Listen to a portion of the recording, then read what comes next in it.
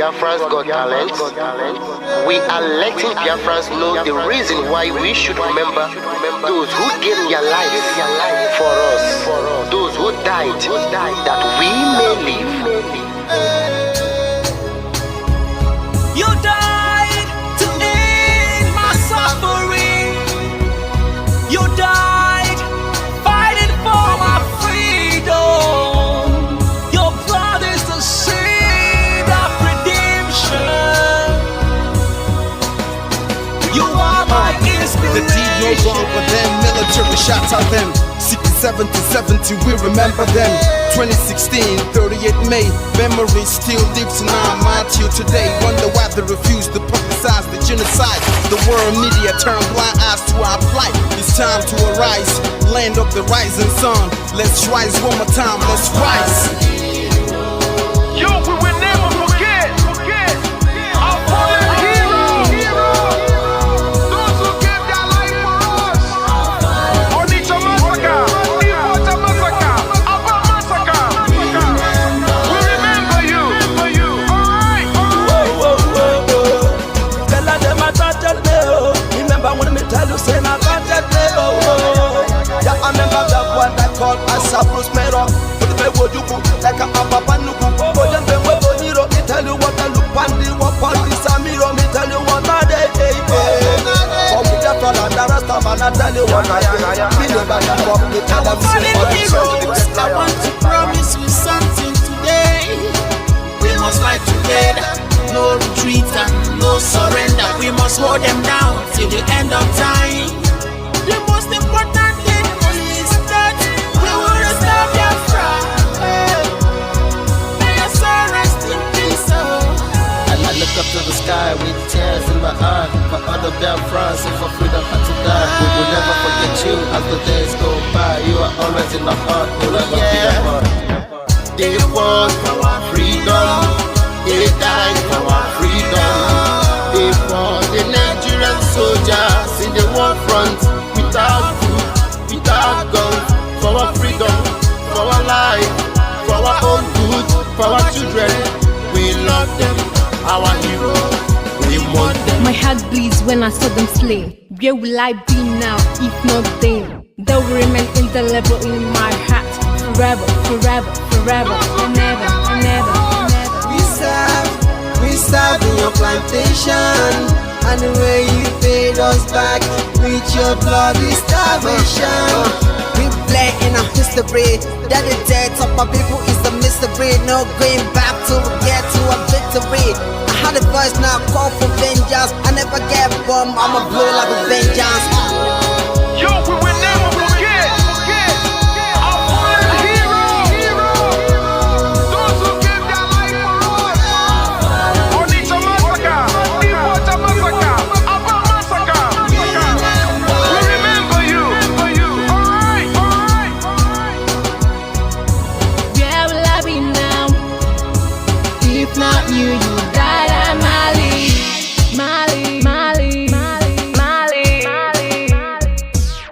They were starved to death because of our freedom, and they paid the debt for our freedom. Flag high for those that died in the genocide, fighting for you and I. There is pain in our heart, we bleeding inside, tears in our eyes, so I'm falling here. This is for my fallen heroes. Give them a motivation, people. It's like I'm looking at myself in the mirror. Cause to be a cast, I need to be a nurse. If we did not retire, They paid the ultimate price. They died for the freedom of my unborn child. We live for the legacy.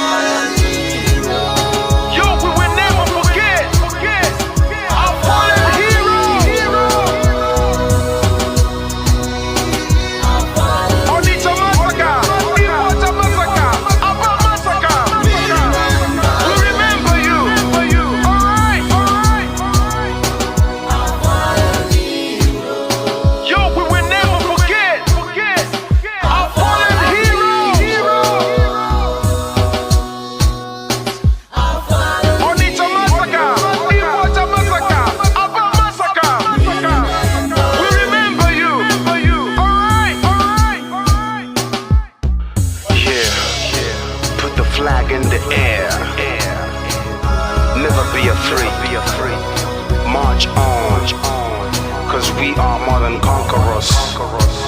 Yeah, you know what it is. I'm looking at myself. We must revenge, and we must stand to represent who we are.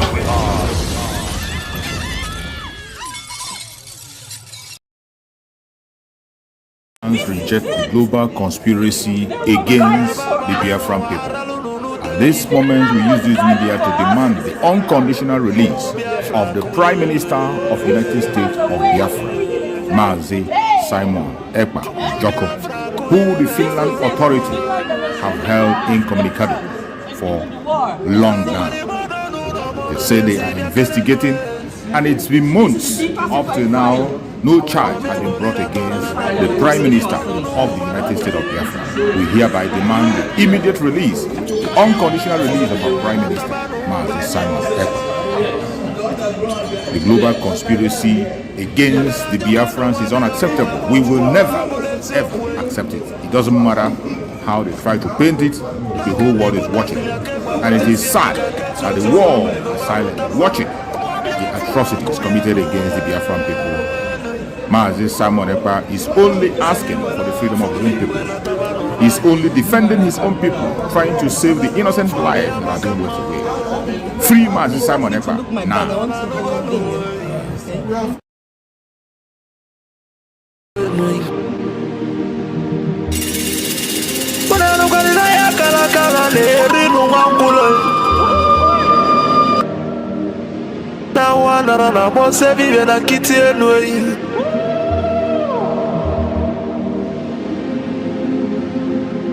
Natulaje bwana mabuli vemelem kuja Atibe kuna tulane bovo Timalugo no godo kokodo nyano be hule Dani moda tunilu Naya kalakana kwa lerinu mwangulu Ngula matali waso jere futa mbaka njuba diali Mama abulezi okwenu Na baka la kelwe gonezi enwe Nuboti akala kelwe gonudezi Maka na baba neno waralu nunuteyi Umu Biafra kunyenwe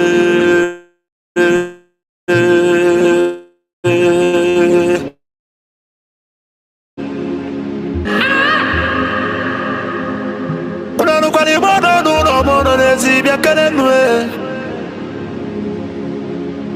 Ono nenu lila tono na nagulugu senyi tono nugu banataye Kanyi wele fobi wele tabanu ubanyo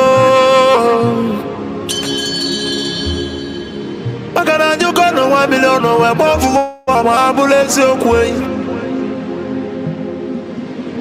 Naka ni kwata million ke kwa kwacha sienyi ka kesu ezo pabule be waro tamano Mo Biafra kuyenu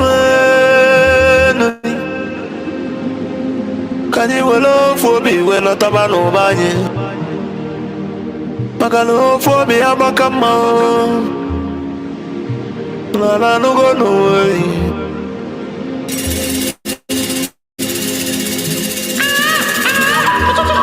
Biafra bekele umunina Nkabo nkani Mwadati na ijele wanyi bekele mi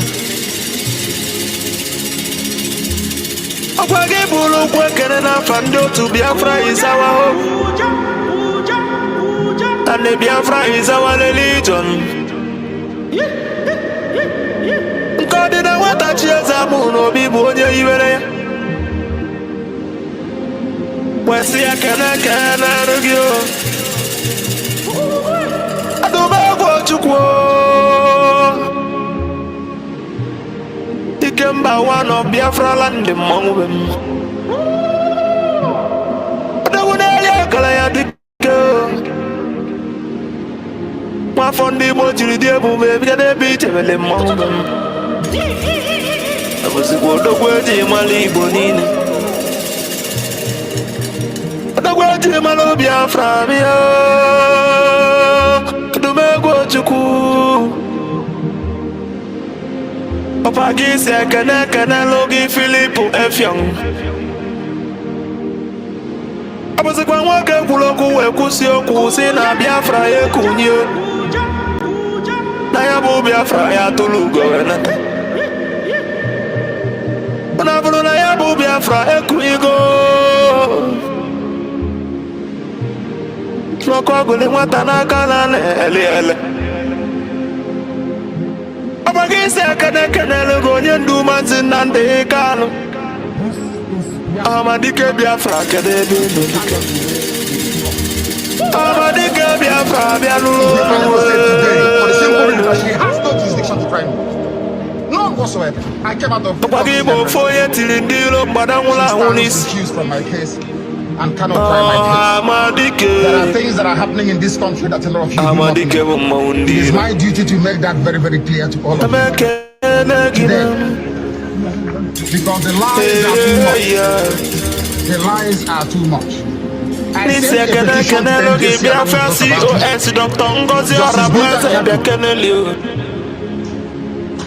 Is using her position for personal gain. Her son and her husband are facing corruption charges. They told them that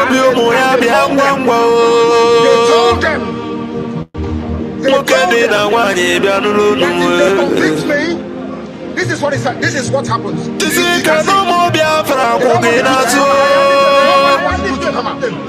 Nobody wants to do it.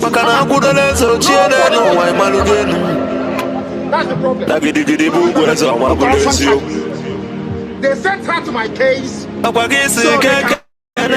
they Biafra government in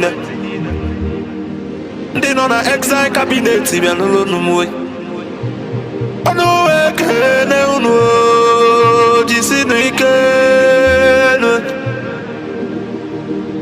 na chukwu na ndana ya agba unu ube maka na onye sụrụ ọbịa ya atọ ka ịmalụ ga-enu eyi jisienu ike ekene lo ndị Biafra Liberation Army ụmụ chukwu the agents of Biafra land the great oracles of Biafra na no Anuwe kene nunama la no jisi kenan tugu ya ba ume omo chukwu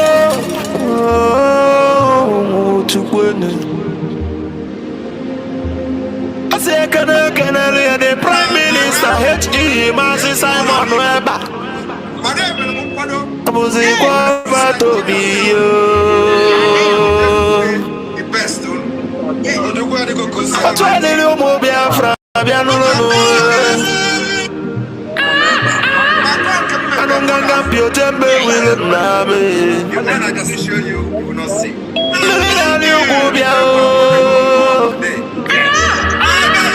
Kudwa komele na kwa nono. Yes.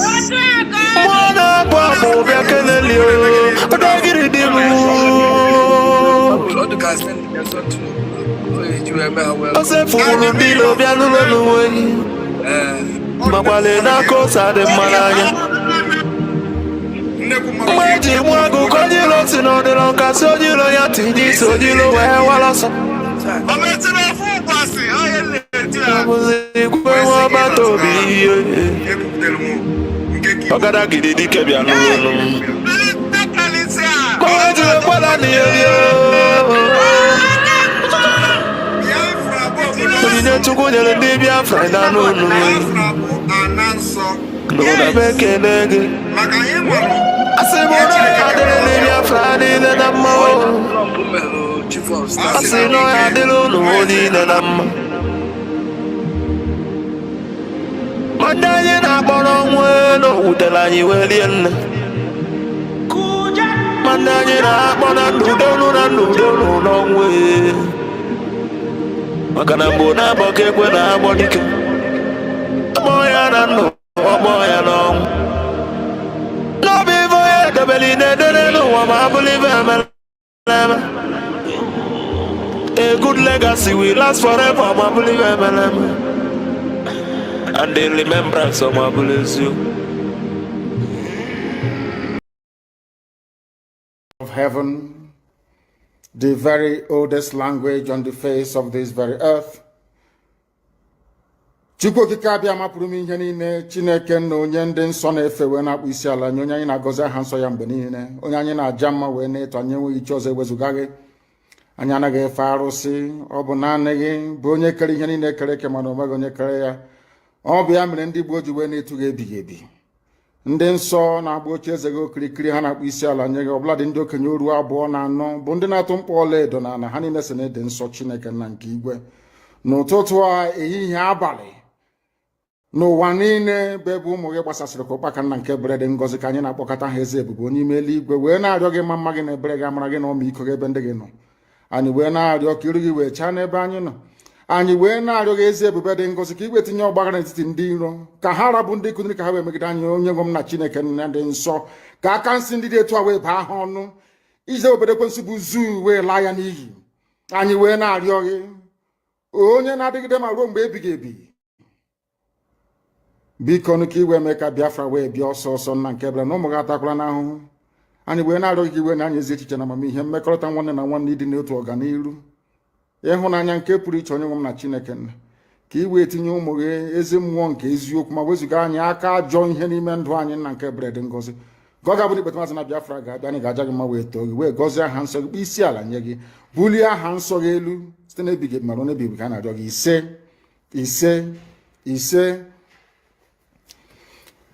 This very morning, all of you, I believe that those who are watching know who we are and why we do what we do. My name is Nnamdi Kanu. I am the leader of the indigenous people of Biafra all over this very planet Earth, the director of Radio Biafra and Biafra Television, and by the very special grace of the Most High Elohim, Chukwu Kikabi Amapurumi Henine, servant of the wonderful people of Biafra.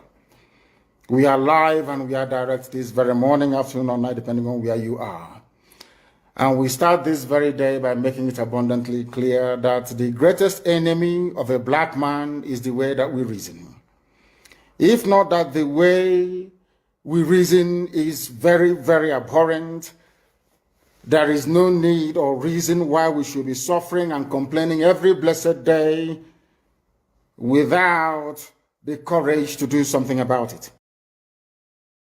Fighting a war, knowing the difficulties, the odds against us, there is an element of fatalism, people feeling, well, if the world chooses to abandon us, then perhaps it is better we all perish.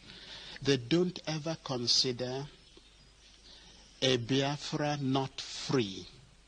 They believe in either Biafra free or no Biafra at all. That means none of us living to see it.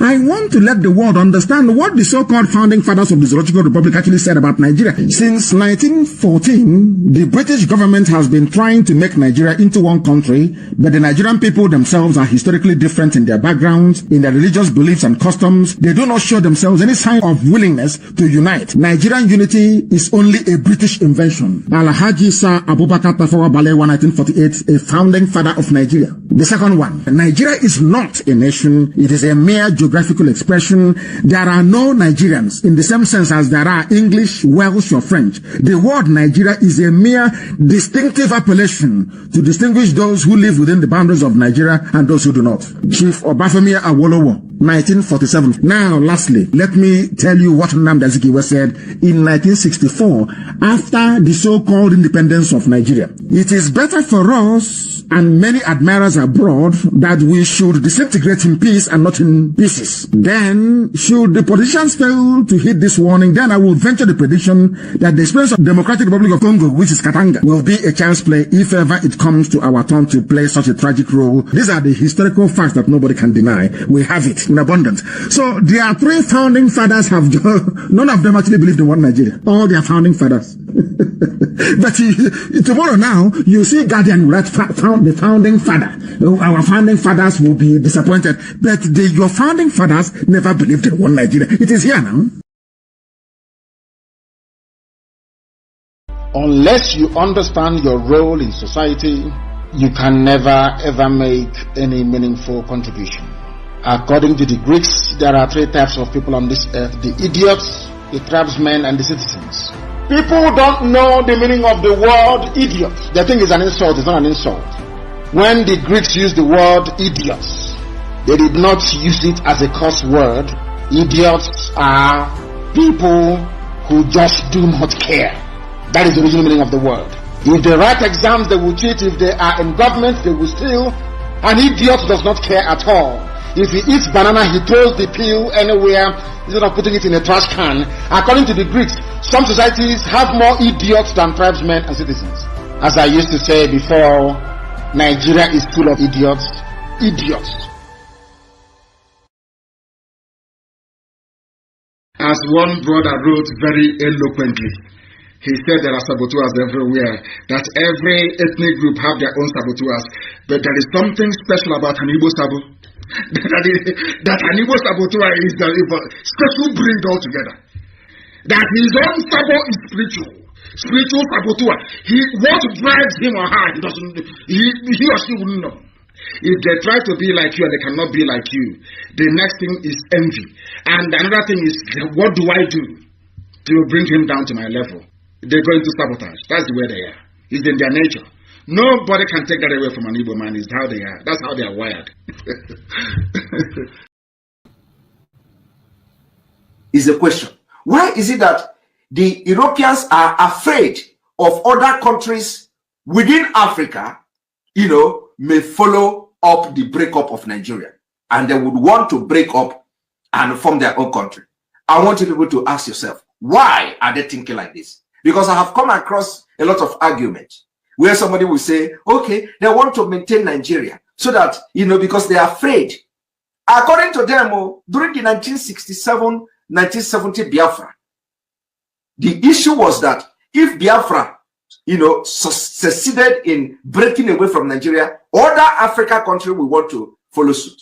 Now, I ask again, why are they afraid of that? My people, it is not about natural resources. Some people say they are afraid to lose natural resources. It is not afraid to lose natural resources. No. Of course, business is part of it. Business is part of it, which natural resources is also one of the factors. But this is not the issue. The issue here is not about the natural resources. Because anyhow, they are still going to have access to these natural resources. Somehow, they are going to have access to it. But it is not about natural resources. Well, so when natural resources is one compelling factor, but we should go beyond natural resources. It is time we begin to think beyond natural resources. It is not about natural resources. They are afraid of the economic power that will come from Africa when Africa divide along tribal line. Because, you see, they know, they are afraid for you to know what they know. So it is not about natural resources. If you are thinking that it is because of natural resources, my brother, somehow you are right, but you are not right completely. You are getting the main point very wrong. The point here is that they are afraid of you adopting the system that made them what they are today. And what is that system? Dividing your country along tribal line. And that is what we want to do. Most of you who claim you own businesses everywhere in Nigeria, for that reason, you want everybody to die. Nobody is above death. Death is going to visit everybody. Just have to pray that you live and make impact in this life. The impact that matters now, as far as Nigeria is concerned, is not the impact to make people millionaires. It is impact to make people to be alive. It is impact to make people to feel secure.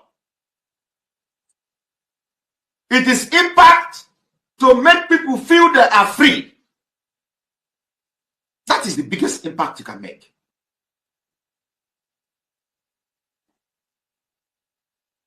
Millions are going to come. People will become millionaires when they are alive. Of what use is it? You make somebody millionaire today and tomorrow he died by gunshot from Fulani. Of what use will it be to the society? You pick up somebody and send him abroad and he come back to Nigeria and police will kill him. It is happening every day. Why do you want to continue to be part of a country like that?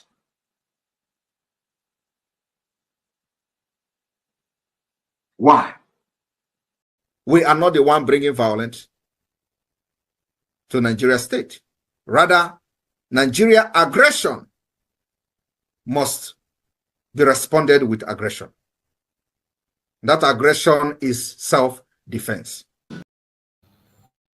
I want every one of you to remember these three words. Nigerians, we are no more. Southeasterners and Southerners, we cannot become. And Biafrans, we must be. We have no mercy for those that come to disrupt the restoration of this struggle. We don't negotiate with anyone. We will never do that. Because when you do things like that, you encourage the same thing to be inside the government, and they will continue to do what they are doing. There's an adage that says, no matter how you try to leave them, to forgive them, to accept them, they will still come up with that same behavior. Because Nigerian government has a process of divide and conquer. They use people within to destroy what Biafrans are doing. We already know that, and that is why they are not going anywhere. That is why we stop them on their track. That is why we discover them anywhere they are, and we bring them down. That is what we will continue to do. No mercy. No mercy, because lives have been lost. People have died. Children have died. Innocent Biafrans have been murdered. They've spilled their blood. We are not joking. Anybody, any attorney, any lobbyist, you think we are joking in this restoration process? I pity you. Sorry will be your name. Welcome, welcome, welcome. Thank you so much for joining us on this morning episode. I appreciate everyone that has connected wherever you are connecting from. Either you are joining us on Facebook, or you are joining us on TikTok, or you are with me on David Harbour channel where I am hosting the program. You are highly welcome. It is another day of victory, and we are here to bring you updates, information, continue to encourage Biafrans, and continue to bring the plight of the Biafra before the whole world. And for the sake of those who are joining us for the very first time, or those who are going to come across our video for the very first time, this platform where you are watching this program is a platform that is under the United States of Biafra. The United States of Biafra, under the command of our Prime Minister, Mazi Simon Ekpa, and on the Supreme Command of Mazi Nnamdi Kanu. Today, under the leadership of the Deputy Prime Minister, Dr. Ngozi Okonjo-Iweala, the COS. That is where we are. In this platform, we do not come here to instigate violence. We don't come here to preach hate. We do not come here to attack people or individuals. We do not come here to attack any race or religion. What we do here is to present the case of Biafra before the whole world, to support humanity, to support everyone that is seeking for their freedom, regardless their orientation, regardless their religion, regardless their race, regardless their belief. As long as you are genuinely seeking for freedom, we will be with you and we will fight along with you. In this platform, we mostly present the case of Biafra before the whole world. We tell our story as Biafrans. My own very self, true survivor that is presenting the case, I am an Igbo Biafran, a very proud one and that, and I can tell the story of my people better than any other person. No stranger can tell our story. It is we that will tell our story exact way it is without being politically correct. We say things the way they are, the truth and nothing but the truth. That is what we bring in this platform. So many lies have been told against us, the Biafran people. So many lies have been told against our supreme leader, Mazi Nnamdi Kanu. So many lies have been told against our prime minister, Mazi Simon Ekpa. And today, they are still cooking more lies against our deputy prime minister, Dr. Ngozi Arabweze. And it is our duty to come on daily basis to put things straight and debunk all these lies and tell you exactly who we are, what we want, and what we stand for. So wherever you are watching this program from, if you have a question to ask us, please kindly write down your question in the comment section. If you are watching on TikTok or you're watching on Facebook, write down your question. Once I get my eyes on your question, I will definitely respond. But when you are writing, please write in a civil manner so that we can respond to you and you get your answers.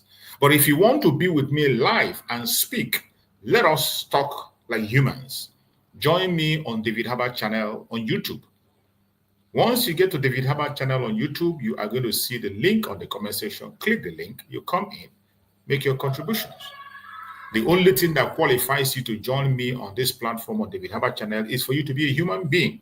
You must not be a Biafran to join me. You must not believe what I believe to join me. You must not have the same ideology with me to come along. You must not be from a certain race or a certain religion to join me. No matter what be your ideology, your orientation, you are free to come along if you have a superior argument. Bring it on. Let us trash it and set the record straight. That is why we are here. The invitation is for everybody. In as much as I'm here representing the United States of Biafran government, try as much as possible to come with your case. All we ask is that when you are appearing on our platform, try to appear in a very decent manner. When you appear on our platform, try to present your case in a civil manner. It doesn't matter how angry or how dissatisfied you are with what we are doing. It doesn't matter the provocation you think you have been provoked. Please speak in a civil manner so that the Biafrans can understand you, because Biafrans are watching. The whole world is also watching.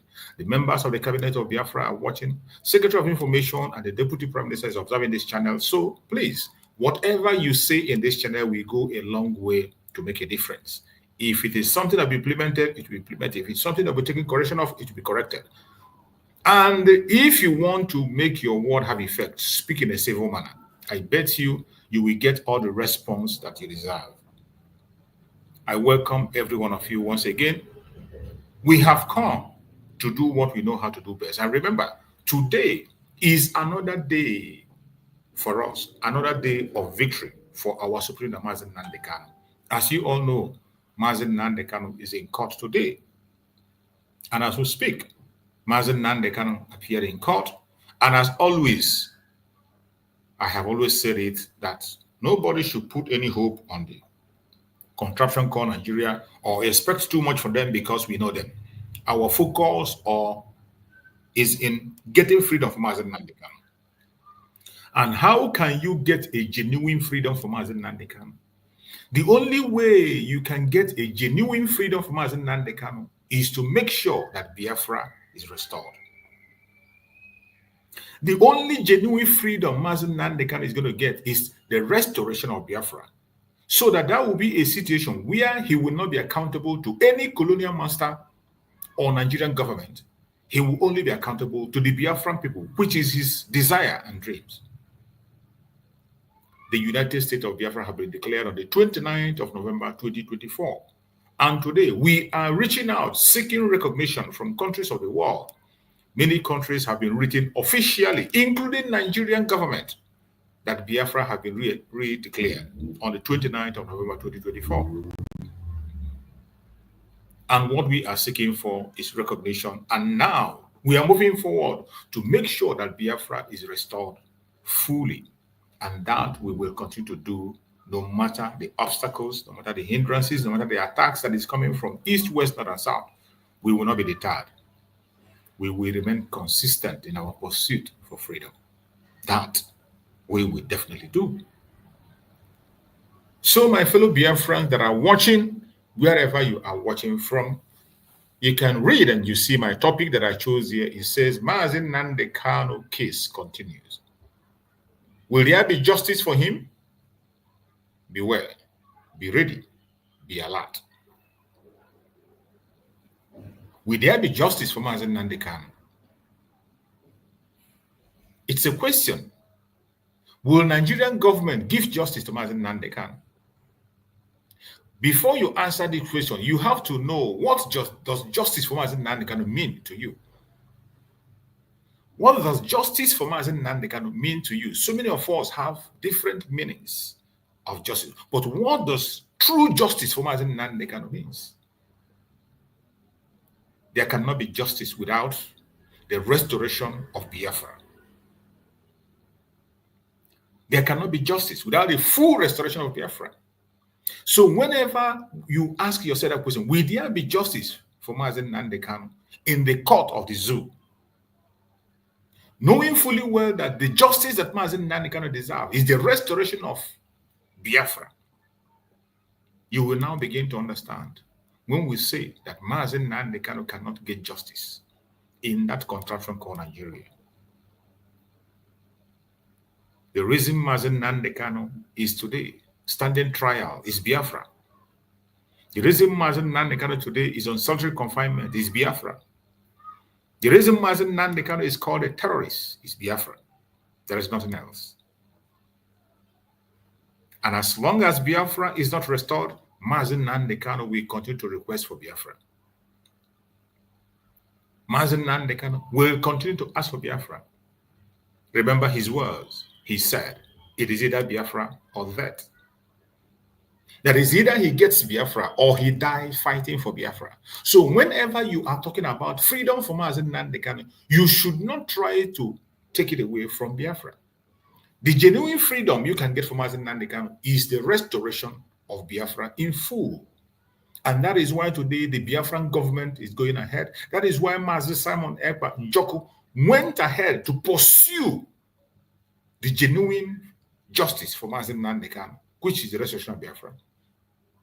He put the structure in place, and Dr. Ngozi Orabueze, the COS, did not look back. The deputy prime minister did not look back.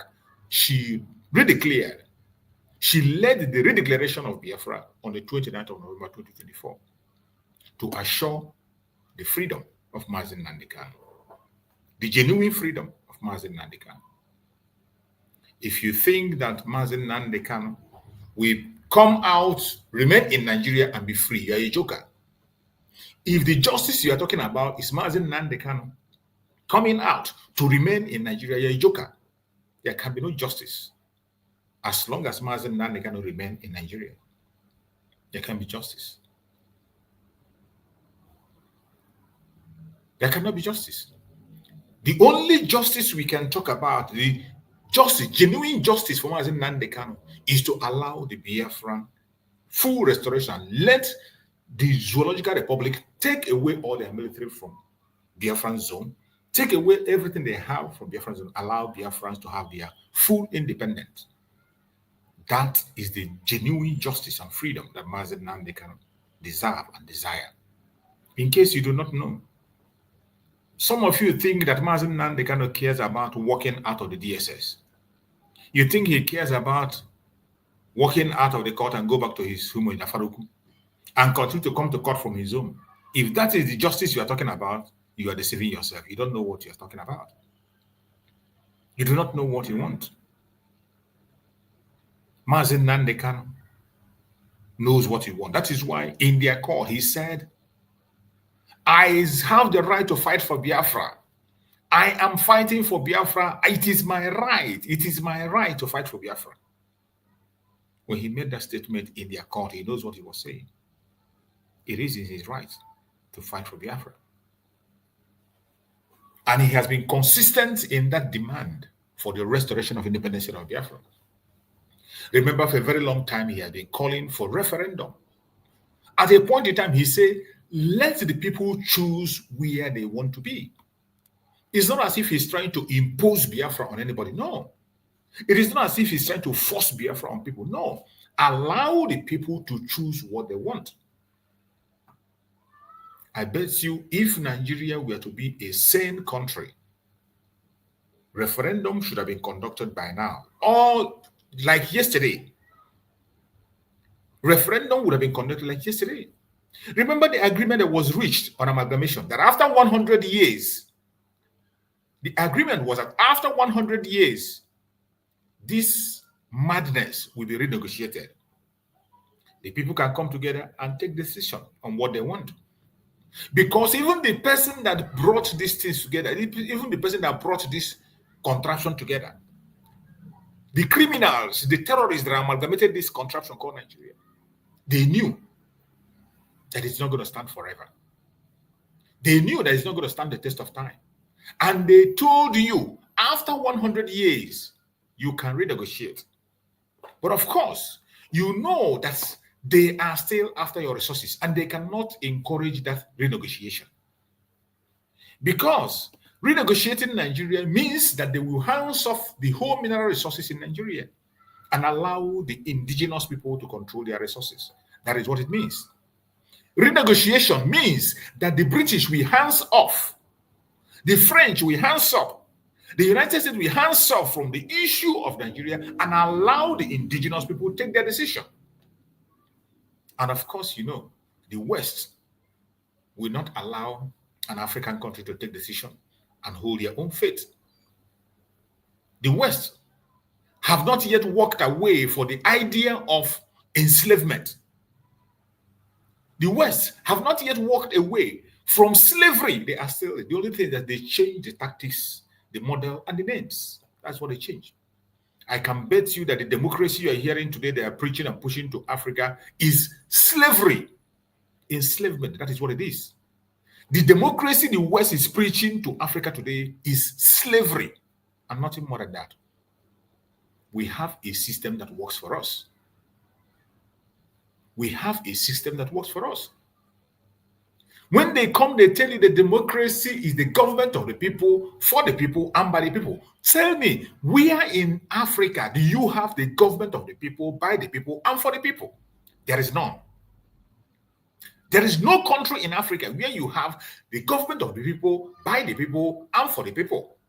The only place we seem to have it now, just yesterday, is in Burkina Faso, under Ibrahim Traore. Now, ask yourself, why is the West reacting against a man who have chosen to operate the government of the people, by the people, and for the people? And they will give you a reason that he's wearing uniform. He's a military man. And I bet you, the only way you can secure a genuine freedom for any country in Africa is with a uniform. No civilian can do it. No civilian government in Africa can be able to be bold enough to walk away from the colonial master, because these idiots who are there are handpicked. How can you remove somebody who went to Chatham House to be appointed as your president, who the British single-handedly put in power? How can you remove somebody who the French single-handedly put in power? How do you remove such a person? The only way you can get the government of the people, for the people, and by the people in Africa is through the uniform. So when I hear them push this narrative of, oh, military regime is this and military regime is that, this is a scam and a blackmail. And they have used this blackmail for a very long time, and our people seem to buy into that blackmail, thinking that it is for their own good. It doesn't matter what you think. Let me tell you, Africa is not yet matured to be in that kind of democracy they are preaching. They are only pushing their own agenda, creating a room for them to install their own puppets to manipulate the entire nation. That is what it is. Anybody comes to tell you, oh, the military government is this and that, this is a blackmail, and they have used this blackmail long enough. They have used it long enough. If they are telling us that you don't have to be a military to rule, why did they kill Gaddafi? Gaddafi took off his uniform and became a civilian. He took off his uniform and became a civilian, transformed to a civilian. If I were Traore, I wouldn't even take off my uniform. I would not. I will not. And if you are a genuine African and you want your nation to grow, The earlier you begin to understand that the only way you can walk away from these colonial masters is by uniform. If you think you can be a civilian and walk away from the colonialists, you cannot, you dare not. You cannot do that. The only way you can implement that forceful exit from the hand of the colonial master is by the uniform. That is where we have the bravery to engage them. But each time this move is being made, they come up with their propaganda and blackmail. Let me tell you, there was a time when these Western countries were operating on the same level. When they were holding their people with their strong hand and iron hand until they fixed them together. Democracy can work in the United States. It can work in Europe to some extent. But I bet you democracy in Africa is a scam. It is just bringing out a system to allow the colonial master to continue to operate their enslavement against Africans. And that has been the chain they have used to hold us for a very long time. That is the chain. The Western democracy they are bringing to us is absolute and total madness. A construct and a written plan to continue to hold us down. That is the democracy of the West. They tell you government of the people, by the people, and for the people. Tell me, where in Africa do you have government of the people, by the people, and for the people? The only place you can find it now that we are seeing is Burkina Faso. And the West that are preaching it are running away from it. Today they want to take that man out by all means necessary. The democracy we talk about, remember, started from Biafra land. The original democracy started from Biafra, Igbo land to be precise. Democracy started from Igbo land. The government of the people, by the people, and for, and up to today, the original democracy is still being practiced by the Igbo Biafrans. That is why they say Igbo Mwereze. It doesn't mean that we don't have a king, but everybody must make a contribution before you take any action. That is the way Igbo land operates. Everybody must make their input. You cannot impose yourself on anybody. That is in Igbo culture. In Biafra land, democracy they are preaching today, that they went to the West, they saw it and they meant it and they repented and rebranded it and brought it back in their own way to continue to enslave us, started from our own land. The original democracy, I am not just saying it, it is on record. A man from the United States revealed it. It is on record. That very democracy started from Biafra. They took it, went their way, they brought it back. What did they bring back to us? A version to keep us enslaved. That is the version they brought to us. And they paint it government of the people, for the people, by the people. Where in Africa do you see government of the people, for the people, by the people? There is no place.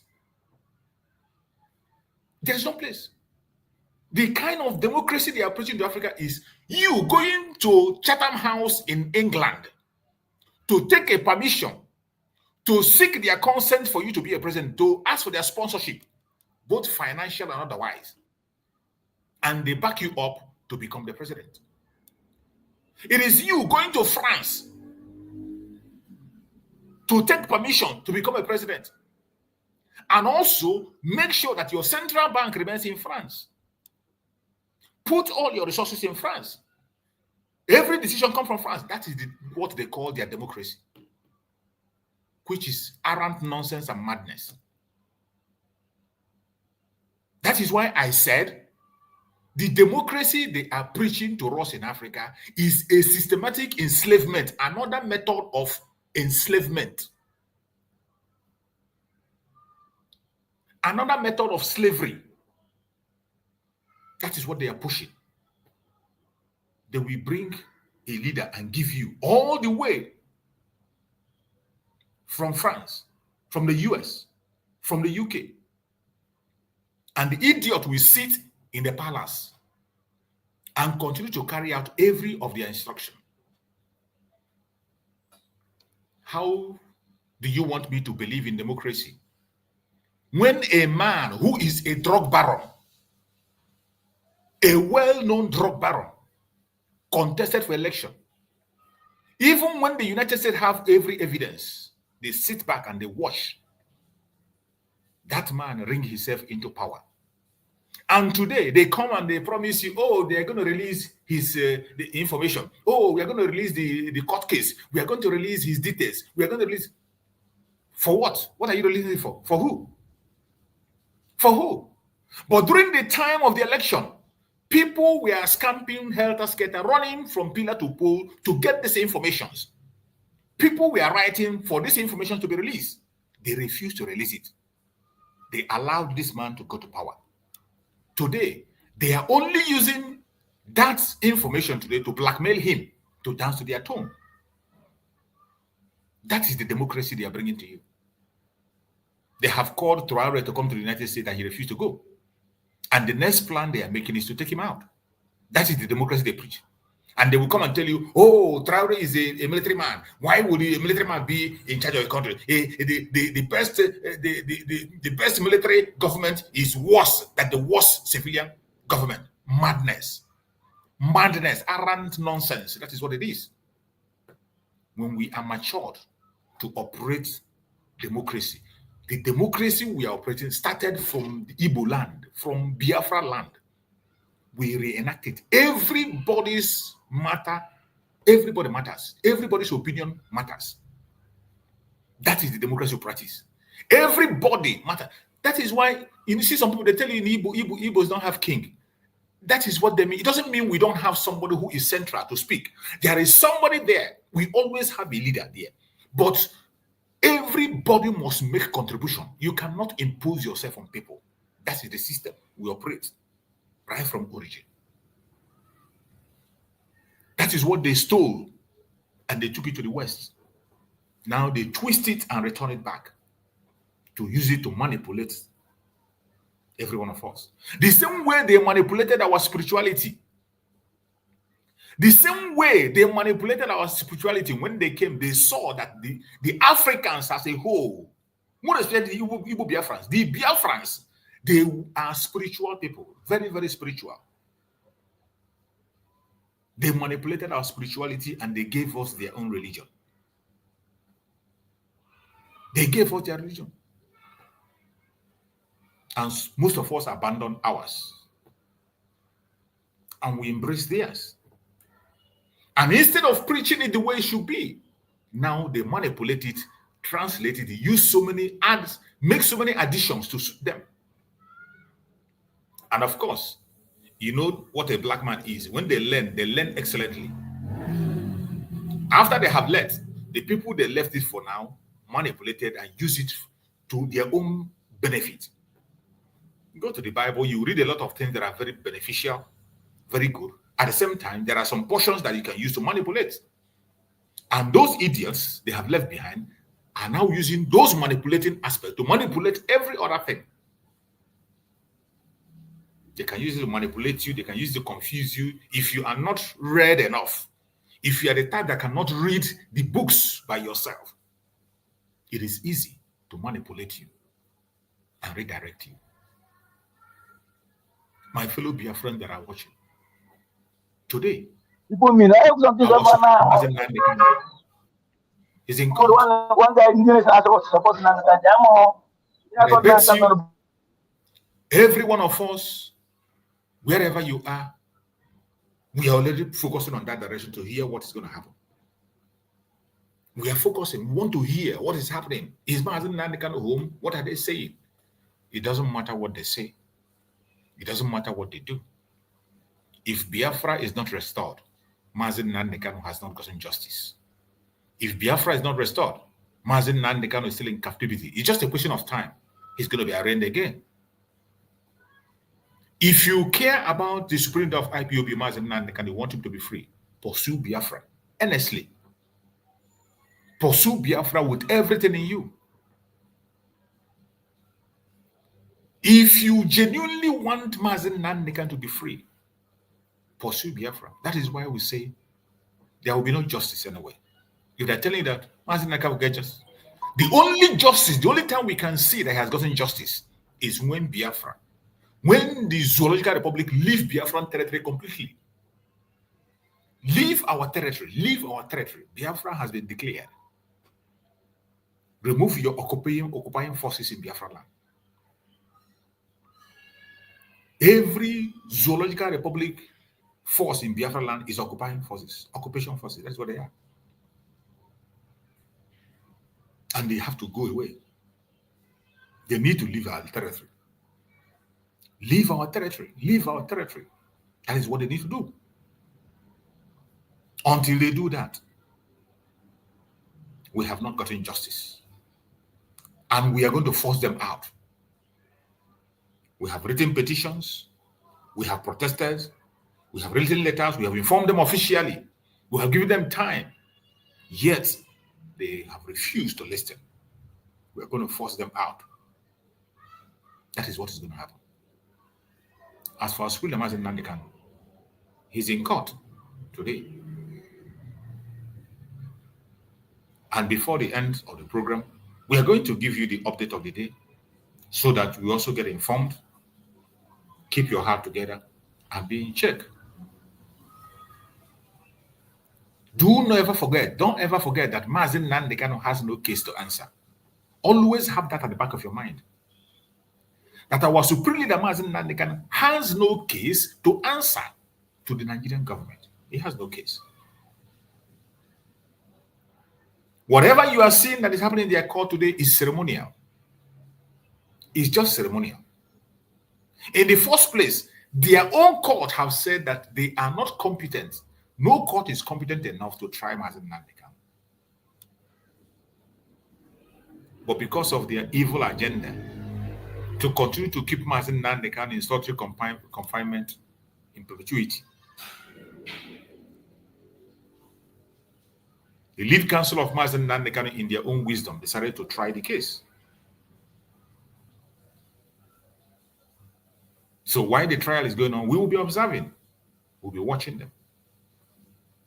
Whatever be the outcome, everybody, wherever you are watching from, you should know that Biafra have already been declared. Today, we are seeking for recognition from other countries of the world because we cannot operate as an island. Following international laws and all international principles, we are pursuing recognition from countries of the world. Letters have been written officially to many countries of the world, which the government have made public. Letters have been sent to countries of the world, including Nigerian government itself, to inform them officially about the redeclaration of Biafra. But of course, you know that the Pharaoh will not go without a fight. That is why you have to tighten up your belt and prepare for what is coming. It doesn't matter what they say. It doesn't matter what they do. It doesn't matter from which area or which angle they are coming from. We are going to face them head on. And I bet you, at the end of the day, victory will be ours. I can see my brother Anderson there. Before I allow Anderson to give us his word as he has joined us, let us listen to one of the important events we have that is coming up on the 30th, the Heroes Day, and the opening of our head office in Washington, D.C., and the Peace Summit that is coming up on the 30th. Let us listen to this very announcement. No fear for our land. We go stand together, fight for freedom now. No surrender. This day is more than just an opening. It is a call for peace and reconciliation. Join us at the first ever Biafra Peace Summit, where the past and present voices for Biafra independence come together. No segregation, no division, just one people with one purpose. An occasion to voice our differences, resolve them, and stand stronger as one people.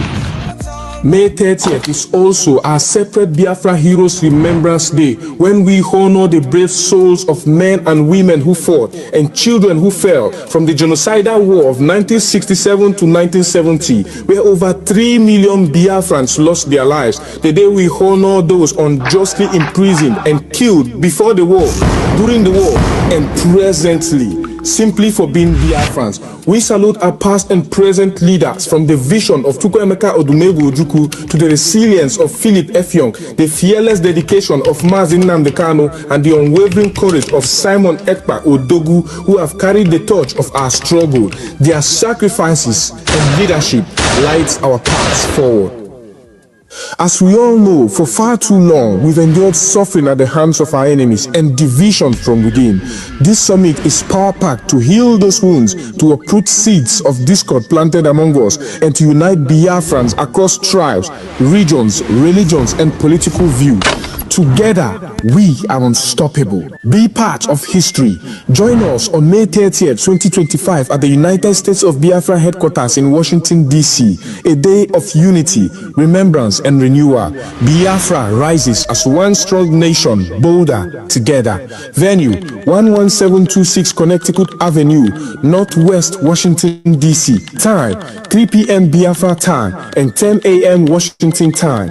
30th of May, 2025, a united Biafra. Our time is now. This message is proudly sponsored by the Office of the United States of Biafra Deputy Prime Minister, Her Excellency, Dr. Ngozi Orabweze, and the Biafra Information, Telecommunication and Postal Service. My name is Marvelous Chukwubikem Arinze.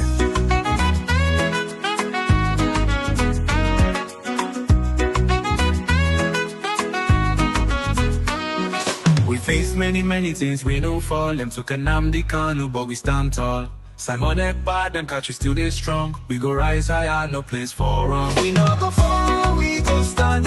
In unity, we hold the land. From night.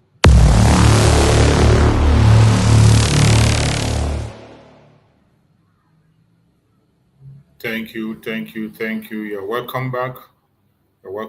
Thank you so much. If you have more questions to ask regarding the program, or you have any question whatsoever to ask on this issue, please do feel free to ask. And most importantly, join us on Saturday. You can come on Saturday during the fundraising by 7 p.m. Biafran time. Join the fundraising. There you can ask any question you want to the Deputy Prime Minister, Dr. Ngozi Orabweze. Every Saturday, make it a point of duty. If you have any question, write it down. Those difficult questions, those things that you know are hindering you from moving forward, or hindering those things you are thinking that is bothering you. Every Saturday, join us on the fundraising by 7 p.m. When you join, the Deputy Prime Minister will always be there so that you can be able to ask your questions and get your answers directly from her. Thank you.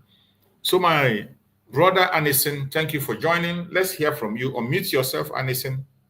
Anison, unmute yourself. Let's hear from you.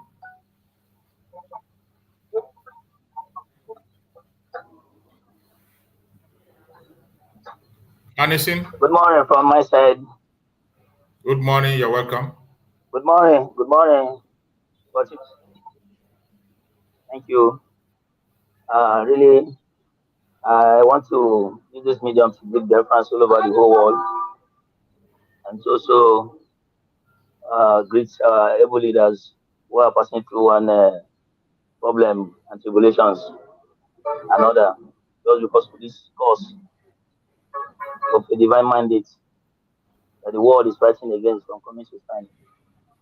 I'm thanking you in a very special as well, because your efforts, you are not relenting, and all the hands working tirelessly to see the successful restoration and establishment of a kingdom that God Himself has chosen from creation. So Biafra is it. Nobody will take it away from us. Really, it is going the way it is supposed to be. But sometimes things happen, and we see it as if maybe by so doing, it will not allow us to get to the final end of this journey. But it's not true. There are things that are bound to happen, so that when we finally arrive, then workload to be done with very, very few. But if we all go into this new kingdom that is coming on earth without passing through this defining moment, we will find it difficult for the kind of quick establishment This is what happened when we left the IPOB Nigeria and the DOS, the criminal gangs and the killers of the people. It was as if heaven and earth as if heaven will come down on everybody. They fight every channel against Simon Ekpa. In fact, I've never seen a fight that is as tough as that fight between Nnamdi Kanu, US killers that betrayed him, and the autopilot. See the media world, the media exchange, printing. Is it the West, the kind of people coming threatening West?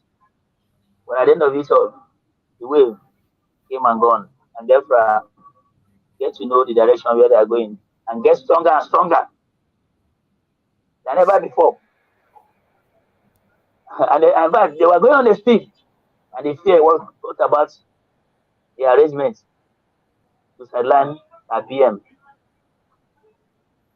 Just a few days back, I was with somebody, an outside young man, and he at some point asked me, why did you want Nigerians to get divided? Why are we always complaining about divided Nigeria? Then I said, thank God, I can command Hausa language to some certain extent. And I began to explain things to him.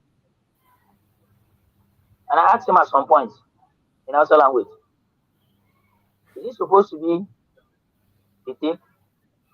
I began to let him know some kind of problem he himself was into, which he was not even aware at all. But many people are in a state of oblivion. They don't know really what is happening around them. They don't know the mess they're into. The next day he came around my place of sitting.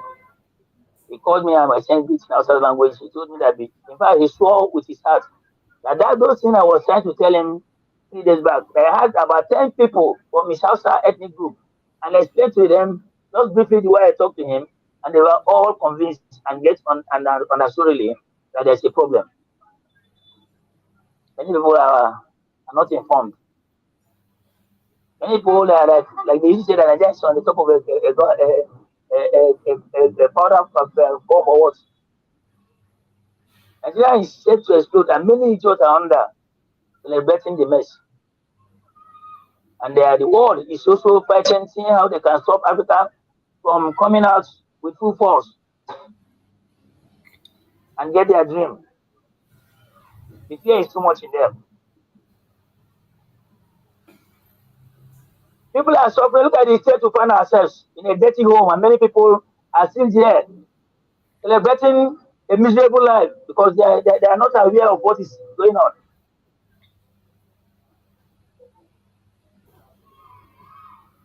I watched the useless politicians, the criminal selected political elite from Britain to supervise their company called Nigeria in the name of politics and a country. It was the decamp from PDP, massive decamping from PDP to APC. At the end of the day, one of the murderer, the bloodsucker among the elites called Abubakar Atiku, was crying and shedding tears. I was talking of coalition to go and battle APC. I sat down, I watched all these things, I discovered that there is no hope at all. We're in a deep state of hopelessness. When everything is totally collapsed, nobody is living nobody is living peacefully and happily in an enclave instituted by the wicked kingdom, Britain, for their own selfish interests. And this they selected crooks and bad eggs that they push to go and become the presidents and the leaders of Africans, come back to our own home called Nigeria, are busy. The campaign. Only in a dirty home like Nigeria, I see politicians, they camp every month and every week to another party. And the world is not seeing it as a very big setback. The whole world is not seeing it as a setback. This is an indication of people who have lost the path and have no direction. Something ought to be done. Everybody kept quiet. Everybody folded their arms and feel they want it to get worse so that they can keep surviving. As if maybe without Africans being free, they will never have anything to live on. We cannot live alone, but they should go and let us to manage ourselves. These people are celebrating the downfall of Nigeria, the campaign, and they are crying. We have not done, just last year they come to power, and this is the 2 years. Nothing has been done to alleviate the problem on the ground. People are dying, insecurity is increasing, and everything. Nobody, we are living in a state of fear. I'm not in abroad. I'm hiding in the entity. That enclave, that demonic enclave that they call Nigeria. Talking. So I'm talking to you from statistics and the facts and figures that things has gone out of direction and they were in a state of hopelessness. The type that's never experienced anywhere around the whole world. How would they, if not to show you that these people has no conscience and everything they are doing it just because they felt that the wicked British world and some of the allies from the Western world are supporting them. So on that ground, they are trying to continue perpetuating their issue. That they go on secret trial to a leader of the more than 80 million of people. An issue that attracts not only national interest, but the whole world watching it. To see that young man that is a terrorist, let the whole world see really how this young man become a terrorist from all these nonsense charges. And they are shielding it and making it a secret trial. And nobody said anything. And no one is aware of it. What are you hiding? You say that this young man has committed an offense. Let the whole world see it so that you can do everything, you do whatever I want to do with him. Let the whole world see you really having evidence against him to prove that really what you accuse him of and why you have suffered him for more than 10 years. If not just mere persecution and hatred for the people of Biafra. Tell me what is your offense? And that is why EFCC will go about arresting only the Biafran people from the Biafran ethnics. Anybody from the north is untouchable because they are the EFCC, a criminal organization organized to persecute those who are against them. So they go after the Biafrans at sometime, partly southwest, to fix some of their victims with their propaganda. So there's a lot of problem on the ground. The whites, you said I was listening to you when you said that they had a document, there's a document that they would not want us to get out from this shackle. It's not only a mere document. A lot of international organizations are formed, and the center of discussion is how they will continue to suppress us. Even though you see them with all the shenanigans and all this nonsense.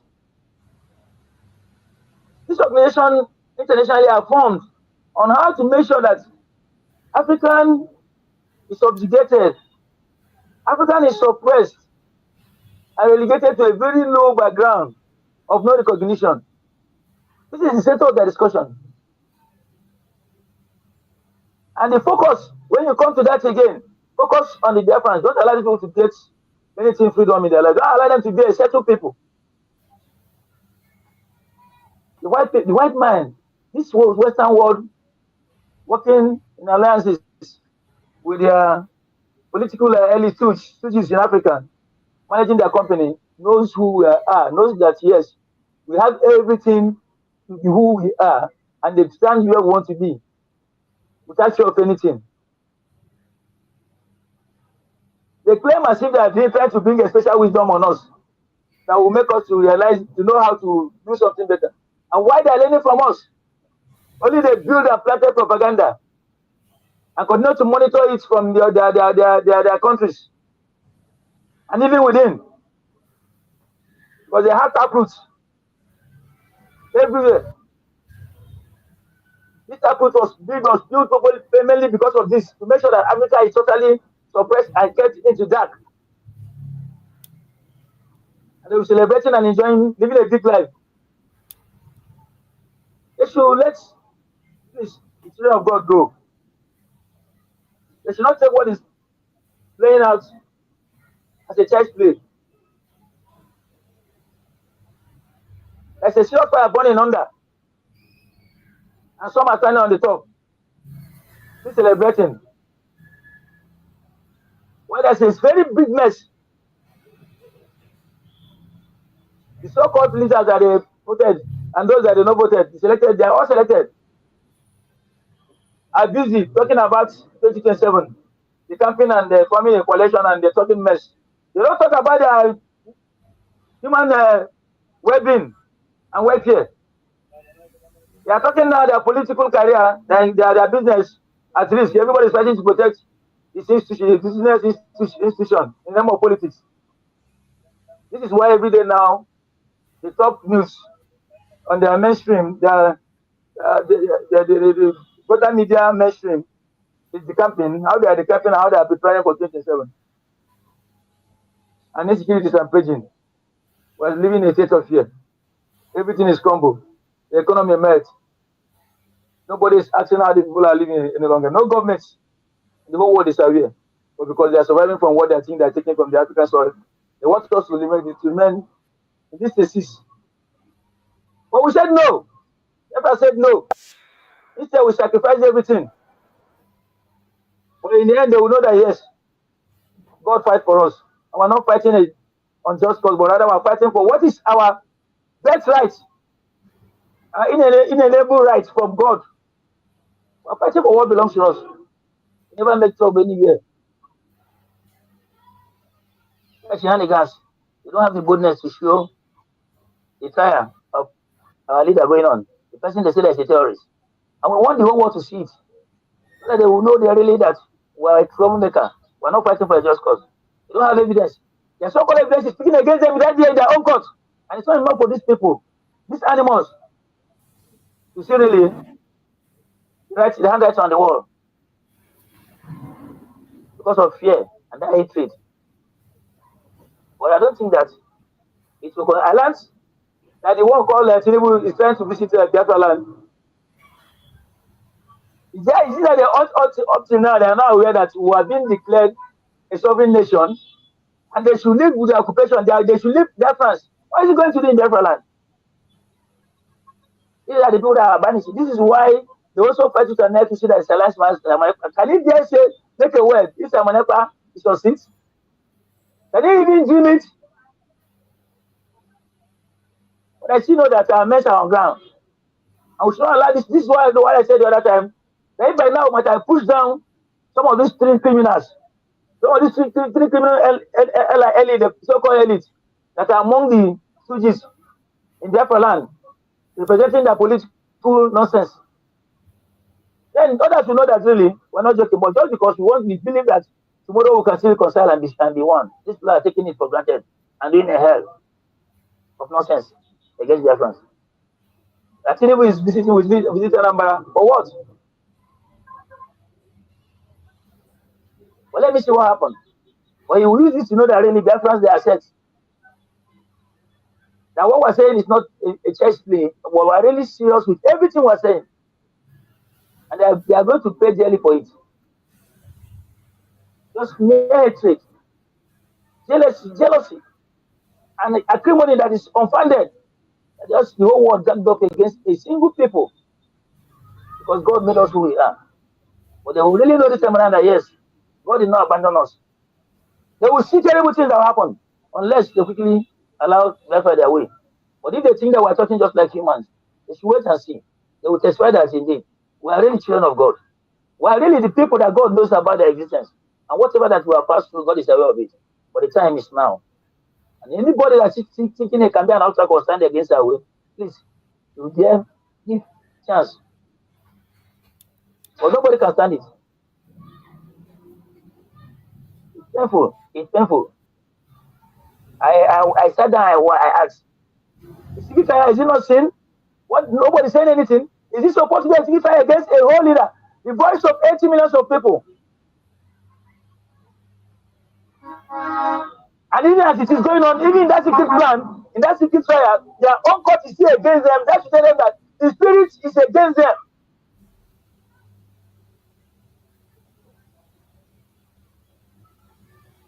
We just have to be, in fact, anything we are saying, let it be with action in our heart. It's not just a kind of a word and then we go and relax. This is a collective fight.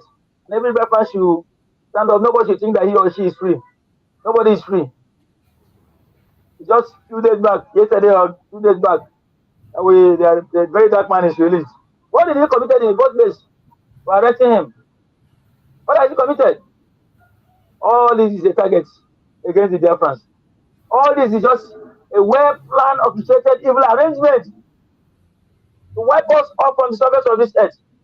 And that was even the sole agenda when British instigated a war, they nicknamed Civil War, Biafran Civil War. It was instigated so that Biafran should be exterminated, in fact, exterminated from the surface of this earth. Biafra has become a problem. Biafra has become a problem, a threat to the British world. That from the day immemorial, there's been a problem. They always have an agenda to exterminate Biafra. When they pay this way, they come with another different brand. When they pay this way, they come when here and there. Even though we know there's right conscious men in the Western world and across the world, it is a fight that we all have to stand firm. Let's sometimes look back and listen to the words of Ojukwu, our school leader. Listen to the words of Nnamdi Kanu. Like, that's why I'm very happy. Sometimes before the program, you play some of their brokers to remind us and everybody who is falling aside that we have a task. And this is where we started and we are still on it until we get to the end. I'm in pain, but you know, victory is on our side, and it will surely come faster beyond we expected, and the whole world shall marvel. Thank you. Thank you so much, my brother Anderson. I appreciate you for that wonderful contribution. Thank you so much. May Chukwu Kabiama continue to guide you, protect you, and secure you out there. So my fellow Biafrans that are watching, wherever you are watching, remember our Supreme Leader Mazi Nnamdi Kanu is in court today. And we are waiting and watching and looking towards the update that is going to be coming. And I will bring in the update and bring it out for you to get in touch and follow up on the things that are happening. But before we proceed on that, I want to share something here. You see, some of this Nigerian media, when I say Nigerian media is evil, when we say Nigerian media is evil, this is it. This is it. You can imagine what the media Vanguard wrote down. You can imagine what Vanguard wrote. This is how Nigerian media push lie in broad daylight, even issues that has legal implication. Yet they push their lies. They use their media to push lie, to confuse the masses, to confuse people, to confuse the world. Can you imagine a case that was held yesterday and Vanguard is writing, saying that Nnamdi Kanu admitted inciting public to attack police. Witness tells court. This is really madness. How can Vanguard be writing this nonsense that Nnamdi Kanu admitted inciting public to attack the police? Look at the kind of headline they use. That Nnamdi Kanu admitted inciting public to attack police. Something that never happened. Mazi Nnamdi Kanu never made such admission yesterday. But look at the kind of headline, Vanguard, evil media. When we talk about the atrocities of the media in Nigeria, this is it. You can imagine the kind of headline they use. You can imagine. They're already projecting it. They're already pushing their narrative. They're already pushing the narrative, just choking the narrative into the people's neck. They will choke you with information, choke you with false information. They will force you to believe falsehood. That is what Vanguard is doing here. You can imagine. Nnamdi Kanu admitted inciting public to attack police. This is arrant nonsense. And this is why every Biafran, I said yesterday, that most of the time, your reactions matters a lot. Your reaction plays a role. And the court, the judges, they are watching your reaction, what you're going to do. Because the government will always use their media to change the narrative and present you as a bad person before the society. They use the media is in their hand, more especially Nigerian media. Nigerian media, they can manipulate, they can say, and they can twist things before your own very eyes. You begin to wonder. You begin to wonder, is this the same media you know?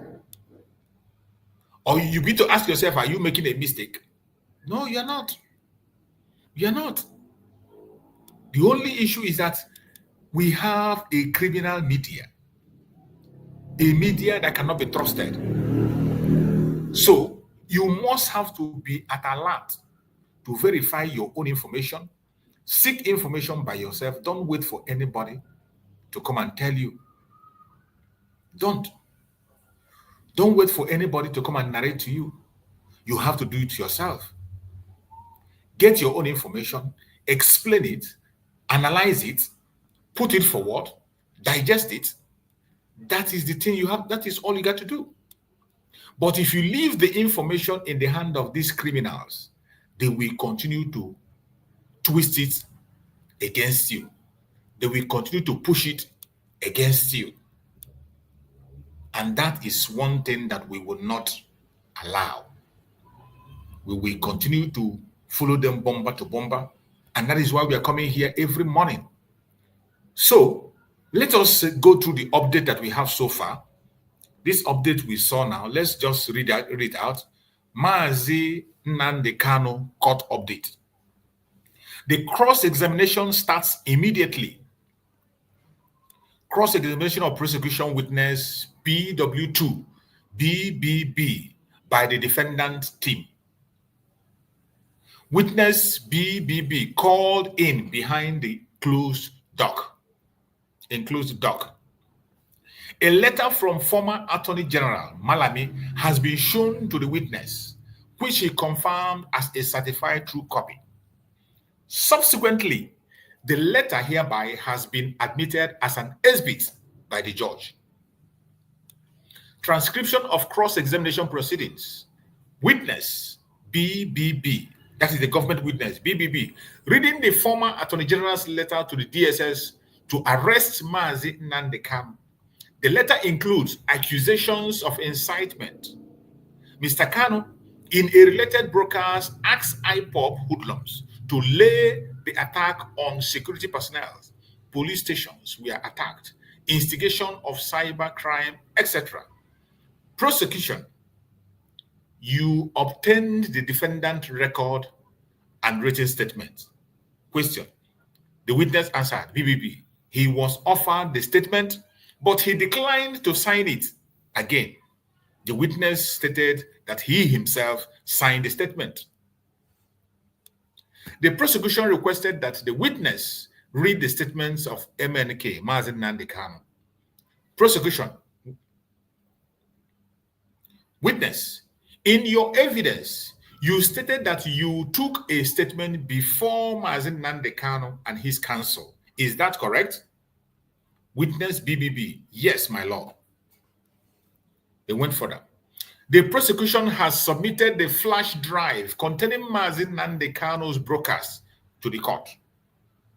Flash drive in PWH1 and PWH2 are black and red, respectively, and marked as exhibits. However, the flash drive, after coming on and off, is playing Mazi Nnamdi Kanu's broadcast alleged to be inciting. The very program they say was inciting was played. The court are listening to the audio voice, though intermittent breakage occurs. The 4-minute audio clip being aired before court apparently was obtained from a broadcast made by Mazi Nnamdi Kanu concerning the defense of Biafra land, as the governors and politicians have failed our people.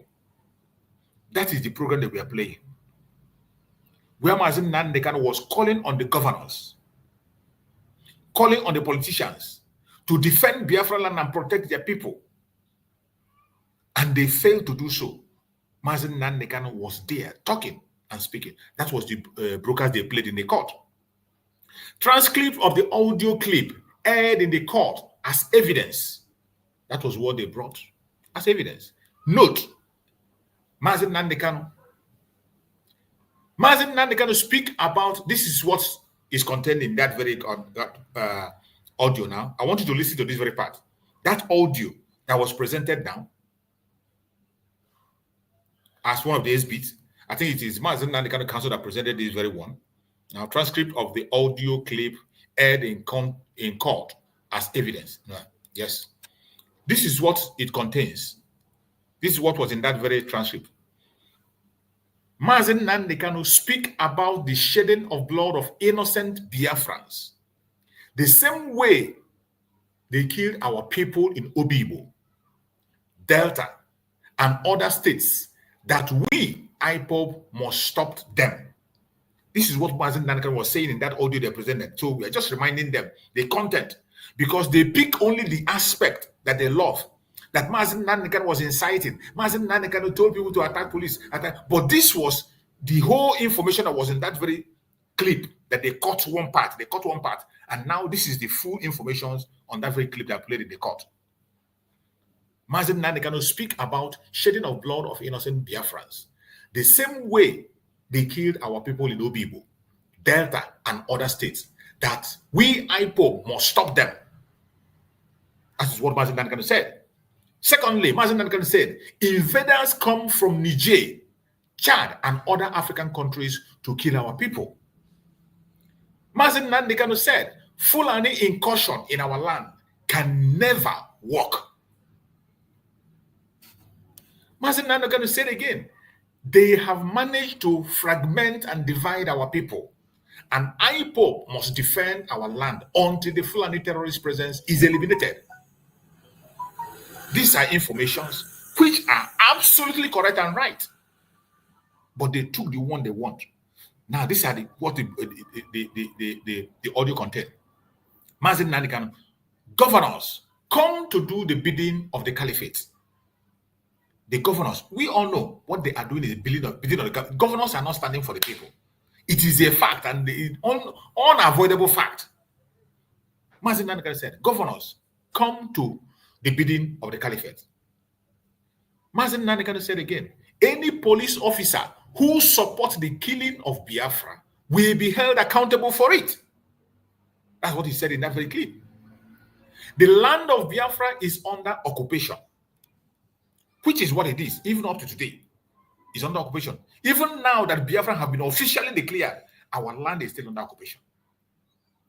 Mazi Nnamdi Kanu said, ESN is here to bring an end of this Fulani killing. Therefore, ESN must protect our people. Kidnapping, killing, and destruction must end. That's what Mazi Nnamdi Kanu was saying in that clip they presented. It is very disheartening and discouraging that the international community has done nothing which hurts and undermines the sincerity of our people. Up to today, they have not done anything. Even today, the international community, they have done nothing. They allow the Fulanis to continue to take the life of innocent people, and they pretend it's not happening. That is what Mazi Nnamdi Kanu said in that clip.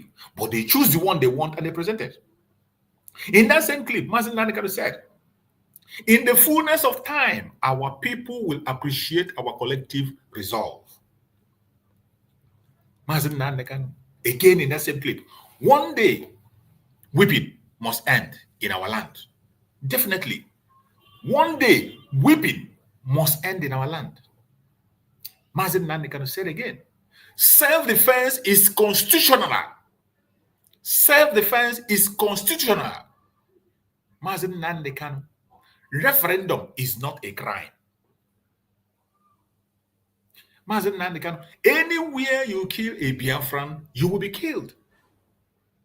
That's his statement he made. Anywhere you take life, your own life will be taken. MNK, the Fulanis are killing us because they have killed enough people and no one has retaliated against them. Which is true. Fulanis have been taken since 1945. Since 1945, Fulanis have been killing us. Nobody retaliated. And that is why they continue to do it again and again and again, and even more today. That is what Mazi Nnamdi Kanu said in the clip that they presented as an evidence. But they cut the one they want. ESN is a vigilante group and not the army of Biafra. Very clear. Very, very clear. ESN is not a vigilante, is a vigilante group and not the army of Biafra. I am not dividing Nigeria. The war that would be done through a referendum. In that same broadcast they brought, Mazi Nnamdi Kanu said in his broadcast, I am not dividing Nigeria. That will be done through a referendum. This is somebody they are charging you. This is what he said in that same clip. I am not dividing Nigeria. That will be done through a referendum, which of course we have finally conducted. After waiting for them, they couldn't conduct referendum. We now conduct our self-referendum, which we got more than 50 votes, 50 million votes. More than 50 million people voted. And because of that, Biafra was declared on the 29th of November, 2024. So Mazi Nnamdi Kanu was saying here that I am not dividing Nigeria. That will be done through a referendum, and we have done it through a referendum. Mazi Nnamdi Kanu said again, our mothers must return to their farm free of terrorists. That is the preaching of Mazi Nnamdi Kanu. Our mothers must return to their farm free of terrorists. Mazi Nnamdi Kanu said again, recount the killing in Zamfara, Benue, Anambra, Abia, Rivers, Borno, Enugu, and other indigenous population states as perpetuated by Fulani terrorists. Is this a lie? In all these places mentioned, both in the southeast, in the southwest, and in the north, Mazi Nnamdi Kanu mentioned all in his broadcast. He mentioned Zamfara, Benue, Anambra, Abia, Rivers, Borno, Enugu, and other indigenous population states as perpetuated by Fulani terrorists. Is it a lie? They are still perpetuating that evil up to today as we speak. Even as at yesterday, houses were burned, people lost their life. Mazi Nnamdi Kanu again said, Biafra will be restored in our time, not through ESN, but through a referendum. Biafra will be restored in our time, not through ESN, but through a referendum. That referendum we have conducted. When Nigerian government have refused to conduct referendum, we conducted it, and Biafra was restored on the 29th of November, 2024. That is where we stand today, under our Prime Minister Mazi Simon Ekpa and Dr. Uzo Robeze, who is the leader today. It was done through a referendum. So if they don't honor our referendum, they have to go and conduct theirs. But as for us, we are out already. We are completely out already. We are completely out. And many international bodies have already recognized our referendum. Mazi Nnamdi Kanu again in that broadcast said, anywhere you attack our mothers, we will attack you. Is that a lie? This is self-defense. Anywhere you attack our mothers, we will attack you. Mazi Nnamdi Kanu said again, in that broadcast they present, we don't want war, but don't kill us. We don't want war, but don't kill us. Because if you do, definitely we are going to react. We are not afraid of it. We don't want it. But if that is what you want and you bring it, of course we can't fold our hands. Every of this message is focused on self-defense. MNK gives vote of thanks to the listener. The audio broadcast come to an end. Credit FWP International. More update. See, this is how far the update we get from the court. They brought a clip of Mazi Nnamdi Kanu message. Oh, he was preaching, inciting. This is what they call inciting. Check the content. Everything I said here are facts that Mazi Nnamdi Kanu spoke about. They are all facts, and they are still happening even as we speak. How can you call that inciting? They have held Mazi Nnamdi Kanu for good 5 years. But all these things Mazi Nnamdi Kanu talked about, they are still happening. They are still happening. Even as we speak, they are still happening. Now you understand that the freedom of Mazi Nnamdi Kanu is in your hand, is in my hand. When we say Mazi Nnamdi Kanu did not commit any crime, it is not a propaganda. We are not saying it out of pride. We are not just saying it because we want to say it. It is a fact, undeniable fact, that Mazi Nnamdi Kanu is innocent of all charges and must be let go. But we know that they won't, because the Zoological Republic called Nigeria and its sponsors will never let go because of our resources. That is where you have to prepare and tighten up your belt. Tighten up your belt wherever you are as a Biafran. Tighten up. The only thing that can guarantee justice for Mazi Nnamdi Kanu and his freedom is Biafra. If you don't fight to get our recognition and full restoration, we will remain in captivity and slavery. The earlier you realize that, the better for all of us. The earlier you realize that, the better for all of us. The supreme leader of IPOB, Mazi Nnamdi Kanu, is very innocent of all charges levied against him. The drama you are seeing them performing today in their court is not strange. Let them continue. But I bet you, at the end of the day, Biafra will definitely come. Every prophecy made by Mazi Nnamdi Kanu have come to pass. And the coming of Biafra is what is remaining, and we're looking up to it. It is going to happen. The last miracle. It is going to happen. And it will happen in such a way that no man will take glory. It is not because of our hard work, not because we are too smart, not because we are shouting, but because it is the mandate of Chukwu Kakabiama, the mandate of God, that it should happen. No matter how they try. We know that they don't want us alive. The Western countries that are benefiting from the atrocities in Nigeria will never agree. The British, the French, they will never let go. But I bet you, this time they have no choice. Our case is before the whole world on every level, in the front line, in all platforms. And I bet you very soon, very, very soon, it will all be over. You're welcome, my brother Greg. Thank you for joining, Greg. Go ahead and speak to us, brother Greg. Welcome. Yes, Mazi Chus, good afternoon. Good afternoon to Biafrans all over the world. My greetings to all the listeners and the people on the comment section. I thank God for all our life today. I thank God for our leader, Mazi Nnamdi Kanu, who is undergoing trials in the evil country where they only know how to lie, where they only know how to formulate evil. I thank God for his life, and I know that God is on his side. All those Balak and Balaam that the enemy is bringing against Nnamdi Kanu today, they will hit their head like the what do you call it? Is it camel? They will hit their head like the camel that was carrying Balak to go and curse the people of Israel. So will they hit the angels who will stop them on the way? The angels will stop all the Nigerian agents. The angel will stop Tinubu.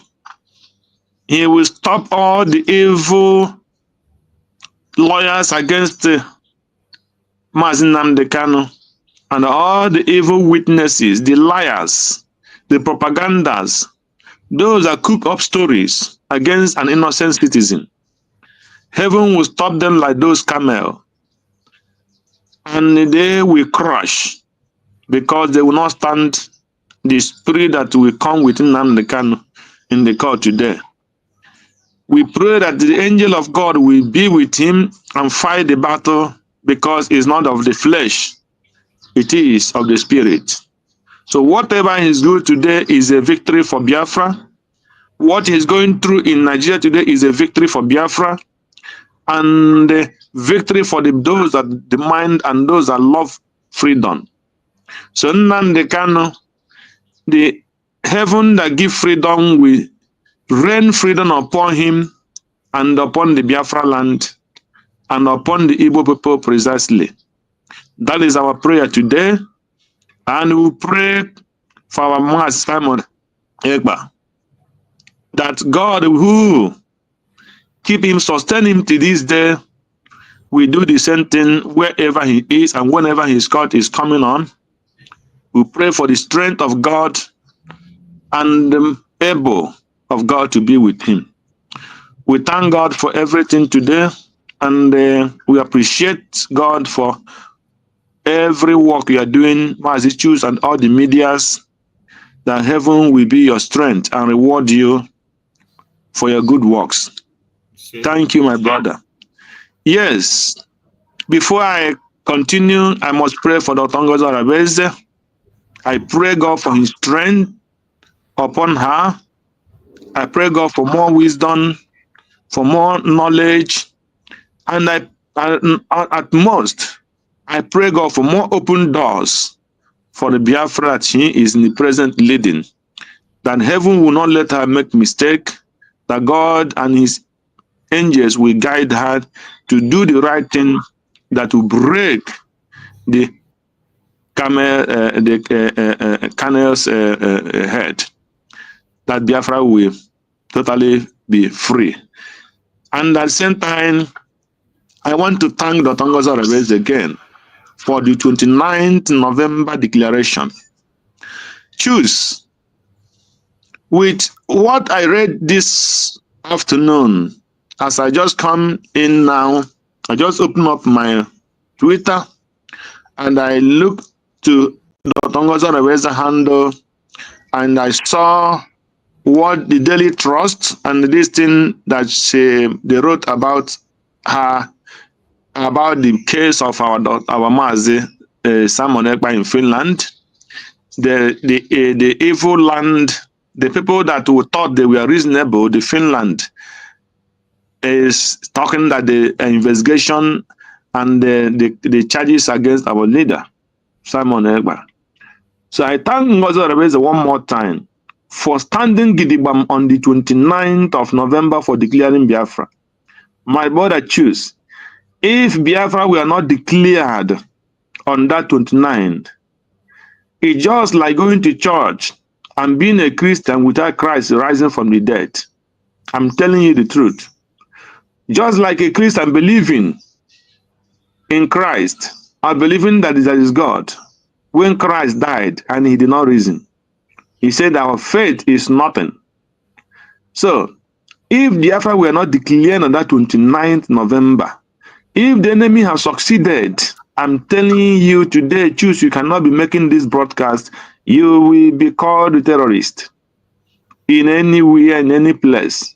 But thank God who gave us this lady. Maybe she didn't even understand what she did. On that 29th, for standing and not listening to those enemies of Biafra that have been bought, and they say, no, don't declare Biafra. Wait till Nnamdi Kanu, wait till Simon Ekpa, don't declare Biafra. You are a woman, don't declare Biafra. This thing this lady did, in the next, every day in the history, we never do what? Forget her for standing Gidigbam and declare this Biafra. Today, I am understanding it is coming out to me in person clearly. If Biafra were not declared on that day, by now, we would have been in trouble. Look at the statement of the Eastern senators who denied the vote against Nnamdi Kanu's release. Look at the governors who denied vote against Nnamdi Kanu release. Look at all the politicians in the South and Southeast, even the West, the Yorubas, whom collide with North, the Fulanis, and denied the release of Mazi Nnamdi Kanu. My brother, if Biafra were not declared today, the DOS who combined with the so-called fallback, they would have succeeded. I'm telling you the truth. So, these are the people who have been looking for political solution. The people they discuss with political solution, where are they today? The same people voted not to release Mazi Nnamdi Kanu. So, I am just, I cannot say if I'm in one way, I'm thanking God. In another way, I'm so angry. I'm telling you the fact. Because if Biafra were not declared today, it would have been totally a complete different thing. What would have been our stand today? Where will we be standing as a Biafran? So that is the question. That is the question. So what I am here, it doesn't matter what they do with Mazi Nnamdi Kanu. It doesn't matter what they do with Simon Ekpan. Biafra is there and Biafra has been declared. And nobody can change it. We are going to fight, doesn't matter how and when. But all I know is it has been declared as there's a nation. A nation has been born, and in that nation we stand. Any other thing that somebody is talking is rubbish. So whatever I like, they didn't do. And for me, as long as any reasonable person is there, you know that Mazi Nnamdi Kanu have never committed one single offense, neither did Simon commit any offense. So we are waiting for them, and we know that heaven we worship will not let us down. Nnamdi Kanu will walk out freely. Simon Ekpan walk out freely because he's not accusing somebody without evidence. Until when you prove it, the president of Finland will tell us where he knew and what shows that we are our leader, Prime Minister Simon Ekpan, is a terrorist or we are terrorists. So if they accuse him, they accuse us all over the world that all of us are terrorists. Because when they accuse Simon Ekpan, they're accusing me, they're accusing you, they're accusing all the millions of Biafrans all over the world who want freedom. So we are going to stand with them, and the victory is ours because we have not done anybody any evil, and we are not planning to do evil to anybody. What we cry for is freedom. Freedom is a God's-given right, and that is what we stand for. Nobody will stop it. Thank you, Maz. Thank you for this little opportunity. I am standing side to listen for period. I just come in. Thank you so much, my beloved brother. I appreciate you.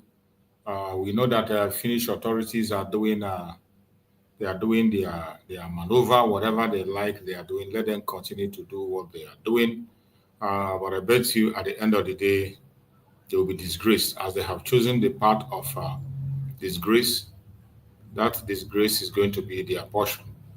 While we are focusing, as we can see, in the case of Supreme Mazi Nnamdi Kanu today that is going on, which is where our satellite is they are bringing up so many issues, and what they are playing today is most of the brokers that our Supreme Leader Mazi Nnamdi Kanu made. That is what they are playing on. But we know that Mazi Nnamdi Kanu said a lot of things, and in every statement he makes, he builds the ground. There is always a reason why he said what he said, and he built the foundation. And every single thing he said is bordered on self-defense. And we also got an information that they want to play the video of when he went a meeting to the United States, when the meeting in the United States, when he called the Igbo Biafrans out there to support and get things to defend our land. They want to play that video also, where he was making a speech, where he said only one trailer load. He just mentioned trailer load, and never mentioned anything. And everything they are presenting, all this nonsense they are projecting, is on self-defense. It's for self-defense. But the question is today, is Nigeria secured? Are the people safe? Is it not what Mazi Nnamdi Kanu is trying to avoid that is happening today? Today, the entire country is destabilized. The entire country today is destabilized. The terrorists have taken over the entire northern part of Nigeria. The northern part of Nigeria is in the hand of terrorists as we speak. And this was what Mazi Nnamdi Kanu saw that made him to be calling the attention of people initially. If they should, sorry for interjecting, if they should accuse Mazi Nnamdi Kanu for that, why is what do you call it, T.Y. Danjima walking around? Why have they not arrested T.Y. Danjima? Why have they not? Why have they not arrested the DSS head who asked people to defend themselves? What would they use this to defend themselves? Why have they not arrested the many people who have come out and say defend yourself? So if they're accusing Mazi Nnamdi Kanu, if that is an evidence, let them go and arrest Danjuma. Let them put this DSS man on the prison, and many other that are called for people to defend themselves. So if Nnamdi Kanu went to London or America or anywhere and say, we need something to defend our people against the Fulani and the evil terrorist aggression. So what have that to do with terrorism? So that is the self-defense. So let them arrest Danjuma. Let them arrest the DSS man. Let them arrest all these men that are still on the service today, who call people for self-defense. They're supposed to put those people in jail in the force before you talk anything about it. Nigeria, that's why sometimes they will making something that makes no sense. You know, so you cannot put one law for one person and another law for other people. So that is rubbish. You know. Thank you. Thank you so much, my beloved brother. You have just said it. You just took away the word from my mouth, and you just said exactly what I had in mind to say. Because if at all, if they want to prosecute Mazi Nnamdi Kanu for such speech, even today in 2025, we see people, and I'm going to play the video later on to remind people what they have said. They said their own also on video. They are there, and they are still saying it, even including the government itself. Even at a time, the defense minister in Nigeria also made the same call for self-defense. So every message Mazi Nnamdi Kanu preached there was based on self-defense. But today, that is what they are doing in the court, preaching, playing all his messages and playing all the broadcasts, and they want to play. The next one they are going to play is the one that was played when he went to meeting in the United States to ask for support to defend the land. This is just arrant nonsense. But that is what we see. So we have to follow them up and continue to listen and see how it unfolds. And I believe by the special grace of Chukwu Kabiama, it is going to be a bombshell. Let's go on. I can see my brother Rose there. Is that Rose? That's my brother Rose. Yes. My brother, yes. I'm here with you. How you doing? Good afternoon, sir. Very well, thank you, my brother. You're welcome. Good to have you. Very well. Yeah. Same here. Good to have you as well.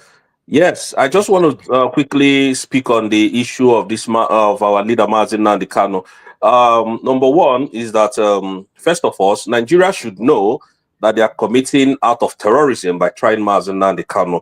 A way and manner Mazi Nnamdi Kanu was brought back to Nigeria really matters. So there is no competent court of jurisdiction in Nigeria that has jurisdiction to try him. That is number one, and I want Nigerians to know that. So whatever evidences that they're trying to provide or no evidence, I think Mazi Nnamdi Kanu is just giving them that opportunity to see where this is going to land, because it's not going to end well. Yeah, so that's just so he knows his fundamental human rights. So and they are going against this. These things are enshrined in UN Charter, and I want to make that. I really want to make that to the public to understand that Mazi Nnamdi Kanu has no case to answer in Nigeria. And secondly, a place and a way where those broadcasts were made matters a lot. If those broadcasts was made in Nigeria, then Nigeria has jurisdiction. But if those broadcasts was not made in Nigeria, Nigeria has lost jurisdiction. They don't even know what they're doing. They are just being stupid. They don't have the jurisdiction to do what they are doing.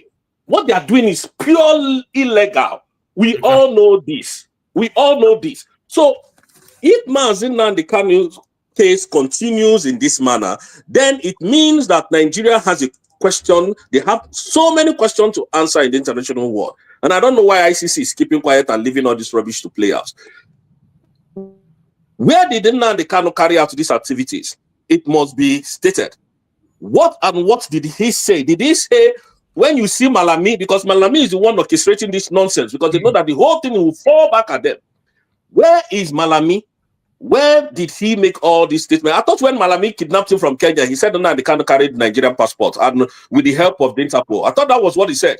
So why are they committing illegality and criminality and expect Biafrans to stay here and paint words? We don't paint words. We say it the way it is. They are committing act of terrorism. So go and tell the judge. Let them go and tell the judge that what they are doing is wrong. That is the truth. Because you cannot build on nothing and expect it to stand. That is criminality and terrorism. Yes. So Nigeria has no, all these things that they are just is just abracadabra, rubbish, pure nonsense. That is what they are doing. Act of terrorism, that is what they are committing. And we're not hiding saying it. We're just telling them that they should be cautioned with what they are doing, because what they are doing is rubbish, pure rubbish. We are too educated for this, they are nonsense. So that is just the more reason why I said I should come and re-educate us, because what they are doing is shambolic and shenanigans. So thank you, my brother. May God bless you. I was actually on Ugo's platform before I came across your platform. But that's the simple truth. Thank you. Thank you so much, my brother. You have just said it all. What you said is exactly what the fact is. So maybe the lead counsel decided to test them and see what they have to offer. But the actual sense is that Mazi Nnamdi Kanu has not committed it, and they don't have that jurisdiction to try him. Anybody that makes such move to try him is a terrorist. That is what their law says. That's what their law says. And the people seem to forget that. But whatever happens, I know that the freedom of Mazi Nnamdi Kanu is not in anybody's hand. We have to wake up as Biafrans. The earlier we wake up, the better. I said it. If you think that Mazi Nnamdi Kanu could get anything called justice through this system, never. And the only genuine justice Mazi Nnamdi Kanu can enjoy is what? Absolute and total freedom of Biafra. Until Biafra is fully regain their territory. You come to a situation where Mazi Nnamdi Kanu will not be answerable to any Nigerian whatever, except the Biafrans and the world. That is the only time we can talk about justice. The only genuine freedom you can give Mazi Nnamdi Kanu is free him. Give him Biafra. We don't want the situation where you say you grant him bail, you give him a condition, he goes back to Afaruku, and tomorrow they will arrange to go and take his life. Some of us are not thinking in that direction. I am not interested in whatever they are discussing in the court because they have no jurisdiction. Just like my brother has said, that is the absolute truth. That is a fact, undeniable fact, which have been stated again and again. But being that Nigeria is a criminal country, a terrorist country, and they can decide to hold him in perpetuity. They can hold Mazi Nnamdi Kanu forever based on their games that they are playing. Each time you come to court and you present a fact, they will pretend not to know about it and they will adjourn the case. That is what they have been doing. From 2015, Mazi Nnamdi Kanu made it very clear that no one will testify in his case being hooded. It is illegal. You don't do that. If you want to testify, remove the hooded and come and testify. After all, you're a member of DSS. But this was dragged on. They used that to postpone the case, adjourn, and the case continued to move on. And when they went and kidnapped him from Kenya again, it became so obvious that you cannot stand on illegality and you'll be talking about legality. A court in Nigeria said that until they explain the situation surrounding the kidnap of Mazi Nnamdi Kanu and the extraordinary rendition, no law court in Nigeria has a right to try him. No law court has. The court went ahead to order Nigerian government to pay him a compensation. But what did they do? They pretend not to do it and they put an appeal. The appeal we saw was to go and restart the case afresh again. And in the issue of jurisdiction, they filed a jurisdiction. When they presented the case for the first time, they said he committed a crime in London. But when our own counsel engaged them, what did they do? They went and removed London. They did not mention the place where the crime was committed. As it stands today, they are not mentioning the place where the crime is committed. So the lead counsel, maybe for one reason or the other, decided to allow them to try since they want to try. And from every indication, you have seen the clips they are playing. They have played the first clip. I have all the update of the clips that they are playing here. which I might be reading again, the clip that I played. And in those clips, they only choose information that suits their accusation. They choose information that suits them. But when you look at the clip that they are playing holistically, you will see that Mazi Nnamdi Kanu was talking about self-defense. Self-defense, because the government have failed. The same self-defense that they are preaching today. The same self-defense that the former chief of army staff, Danjuma, is preaching. The same self-defense that the chief of the DSS is preaching. The same self-defense that even their governors are preaching individually.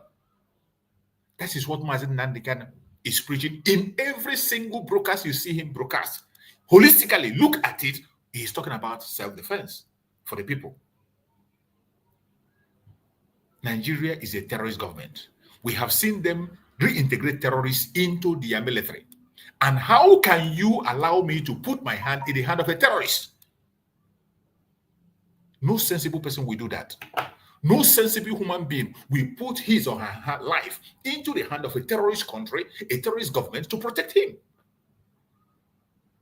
So every single preaching and message he was preaching there was based on self-defense. And you heard Danjuma made it very, very clear. Danjuma, in his broadcast, made it very, very clear and said that the military are colluding. He didn't miss word. If there is anybody that has more information in the zoo, it should be this Danjuma. And for people to remember, I will play that message of Danjuma so that we can be able to recollect and know where we are coming from. Must rise up. The armed forces are not neutral. They collude. They collude. They collude with the armed bandits. They kill people, kill Nigerians. They facilitate their movements. They cover them. If you are depending on the armed forces to stop the killings, you will all die one by one. Did you see that? Did you hear that? This was the chief of army staff before in Nigeria. A man who is part of the captivity that we are in today. You can see that the thing has gotten to his neck. If Mazi Nnamdi Kanu message is called inciting, what are you going to call the message of this man, Danjuma? And this was the first one. He just made a recent one. There's a recent one he made, which I'm still going to search and bring on. This was the first one he made. In the recent one, he made it even clearer. He told them to go and get arms. They want to play a record from Mazi Nnamdi Kanu when he was asking Biafrans to rise up and defend themselves. And they want to use it to blackmail him in the court. And that is why you want to charge him for terrorism. If that is the case, what are you going to call what Danjuma did here? What are you going to call this? This one is the recent one. For the revolutionary Maxar.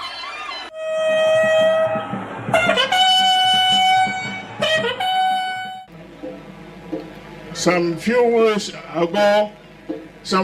years ago, I warned that the armed forces are either not capable or unwilling to protect us, and that we must defend ourselves.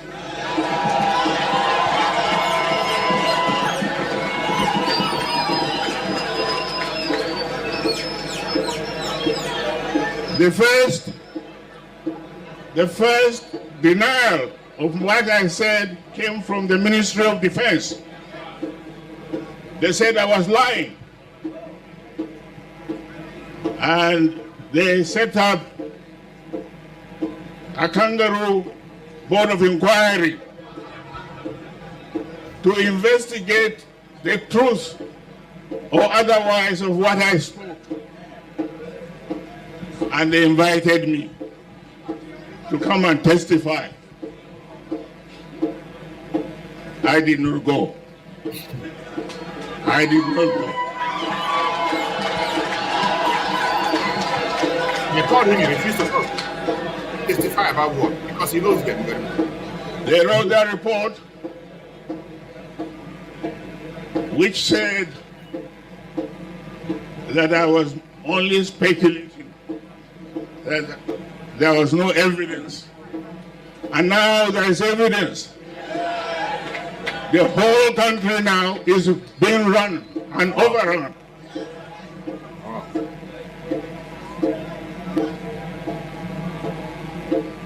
And one very clear thing that is happening is that these foreign invaders, they are not even Muslims. A lot of the casualties inflicted on the land are on Muslims. They are destroying even mosques, but they were allowed to come into the country by our government.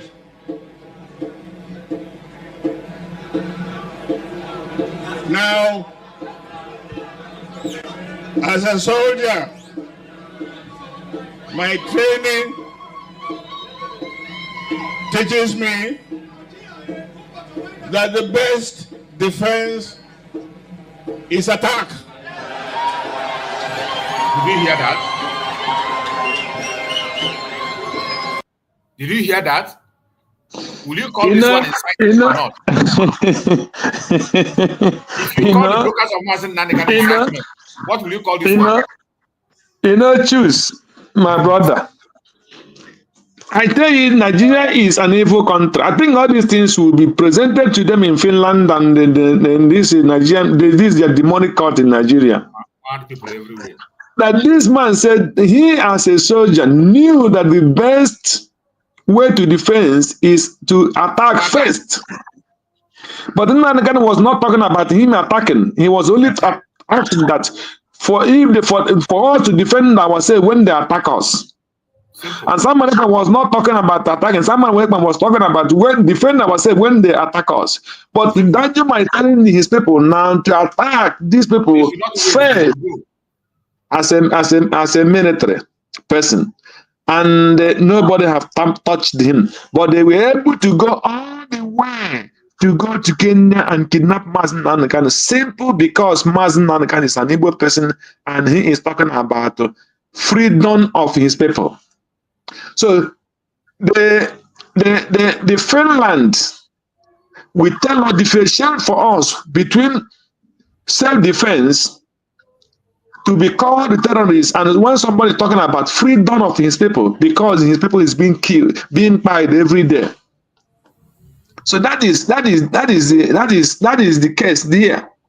Because when they start talking, I'm not even going to have not started talking about what our brother Rosé have come to clarify here. We know all that, and we the lawyers knows all those things. But why they allow them to do all these things is for the world to hear, to understand that very crime they're talking about that Nnamdi Kanu committed. So when we have not even come to the legality of if he is supposed to be tried in Nigeria or not, let's assume that he committed a crime, and that's crime. Then why didn't they go to Britain where Nnamdi Kanu is residing and put those evidence and take him to court before rendition, since he committed crime against this thing? Why didn't they go to the legal way in Kenya as they knew he was in Kenya? They go through Kenya and get permission through the court and present all the evidences before they start asking about validation. But instead, they go in Kenya and they kidnap him to bring him down to evil country where there is no security, where there is no law, where there is to dehumanize render him, treat him inhuman, where they will show power of government, of evil government, because without no law or without nothing to push him, make him to surrender from asking for the freedom of his people. So it cannot happen And it can never happen. No matter what they collide with it, Finland, any country in the world, Biafra must definitely come. They come too late. Thank you. Thank you so much, my beloved brother. Thank you so much. We must deal with them. Let's continue to listen to Danjuma. Let's see if Danjuma is clapping or maybe he's telling them to go and buy granite for cook jollof rice for terrorists. Maybe Danjuma is telling his people to go and buy jollof rice, buy rice and beans and cook for Fulani terrorists. Maybe he's telling them to organize a special party for Fulani terrorists. Let's see. Let's continue to listen to what he's going to say. You never can tell. Maybe he will tell his people to go and prepare a very good bed for them and put AC so that they come and enjoy. Defense is attack. Is attack. Teaches me that the best defense is attack. My training teaches me that the best defense is attack. My training teaches me that the best defense is attack.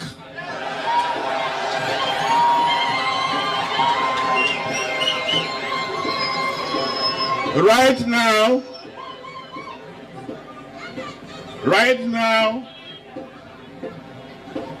we are all sitting ducks. These people are armed to the teeth with all the weapons of mass destruction, and we don't have them.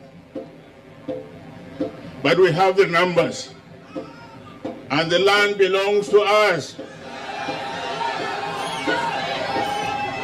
They are trying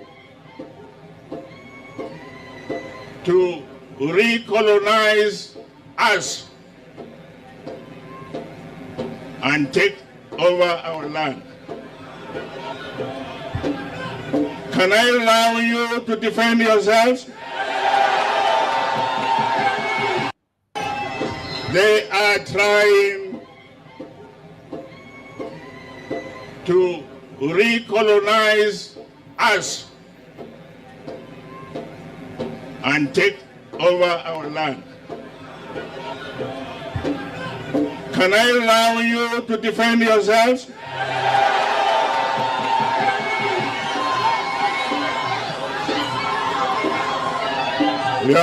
Your Majesty, you heard what they've said.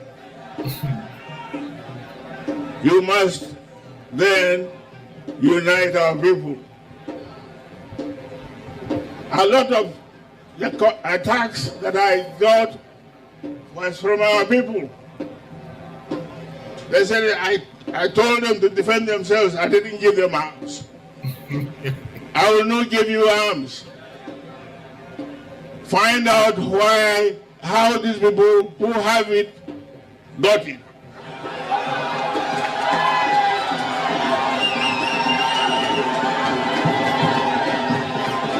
Use the same means. Use the same means to defend you, to defend yourselves. Said, you must then unite our people. A lot of the attacks that I got was from our people. They said I told them to defend themselves. I didn't give them arms. I will not give you arms. Find out how these people who have it got it.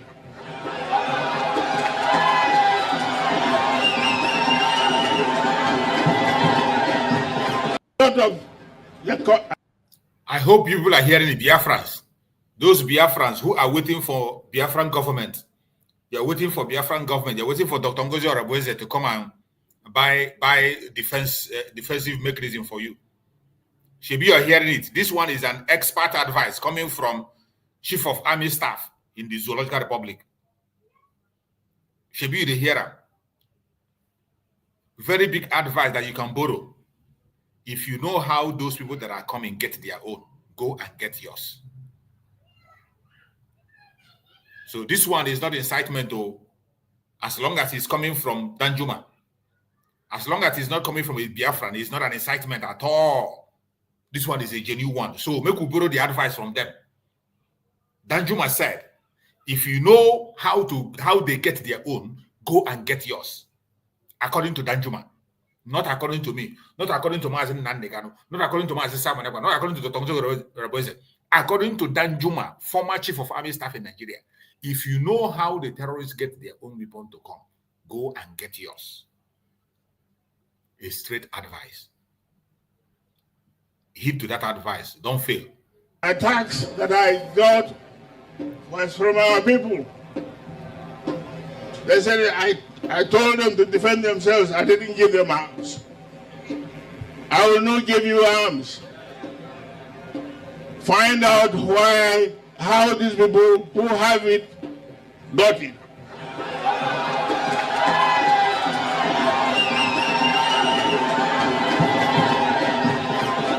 Use the same means. Use the same means to defend you, to defend yourselves. This beautiful land called Nigeria, the biggest country for black men in the whole world, is being brought to ruins by absolutely useless criminals. But how did they get here? How did they get here? Most of them are foreigners. Of course, we know there are collaborators among them. Some of them may be even here.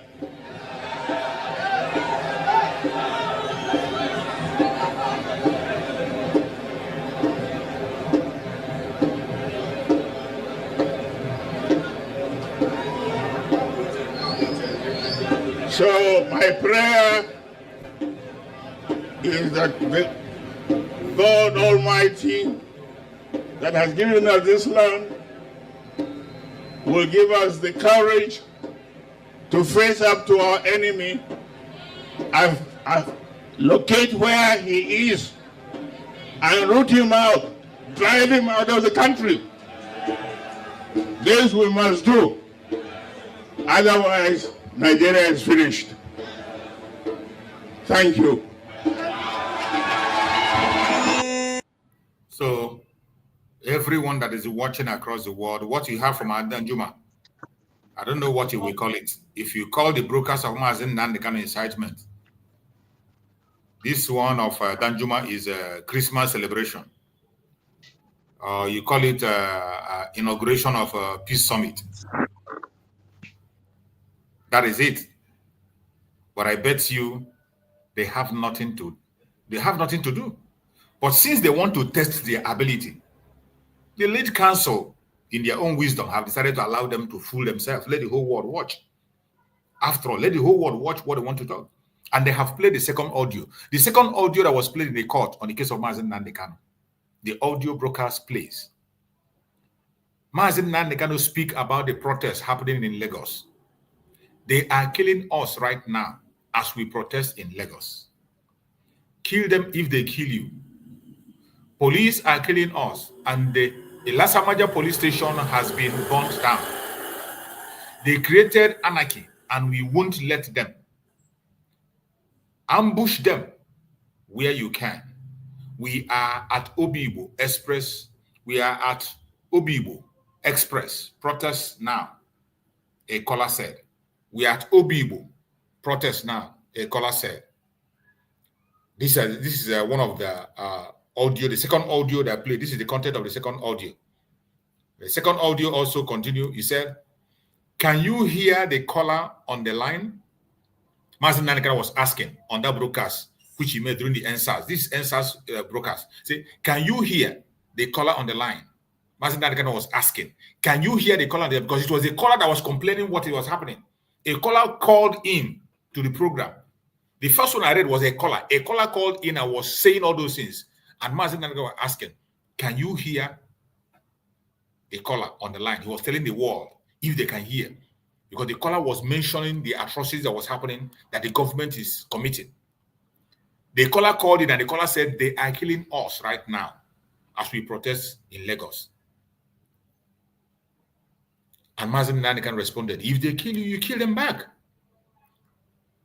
Police are killing us, the person said. And the Lasamaja police station has been burnt down.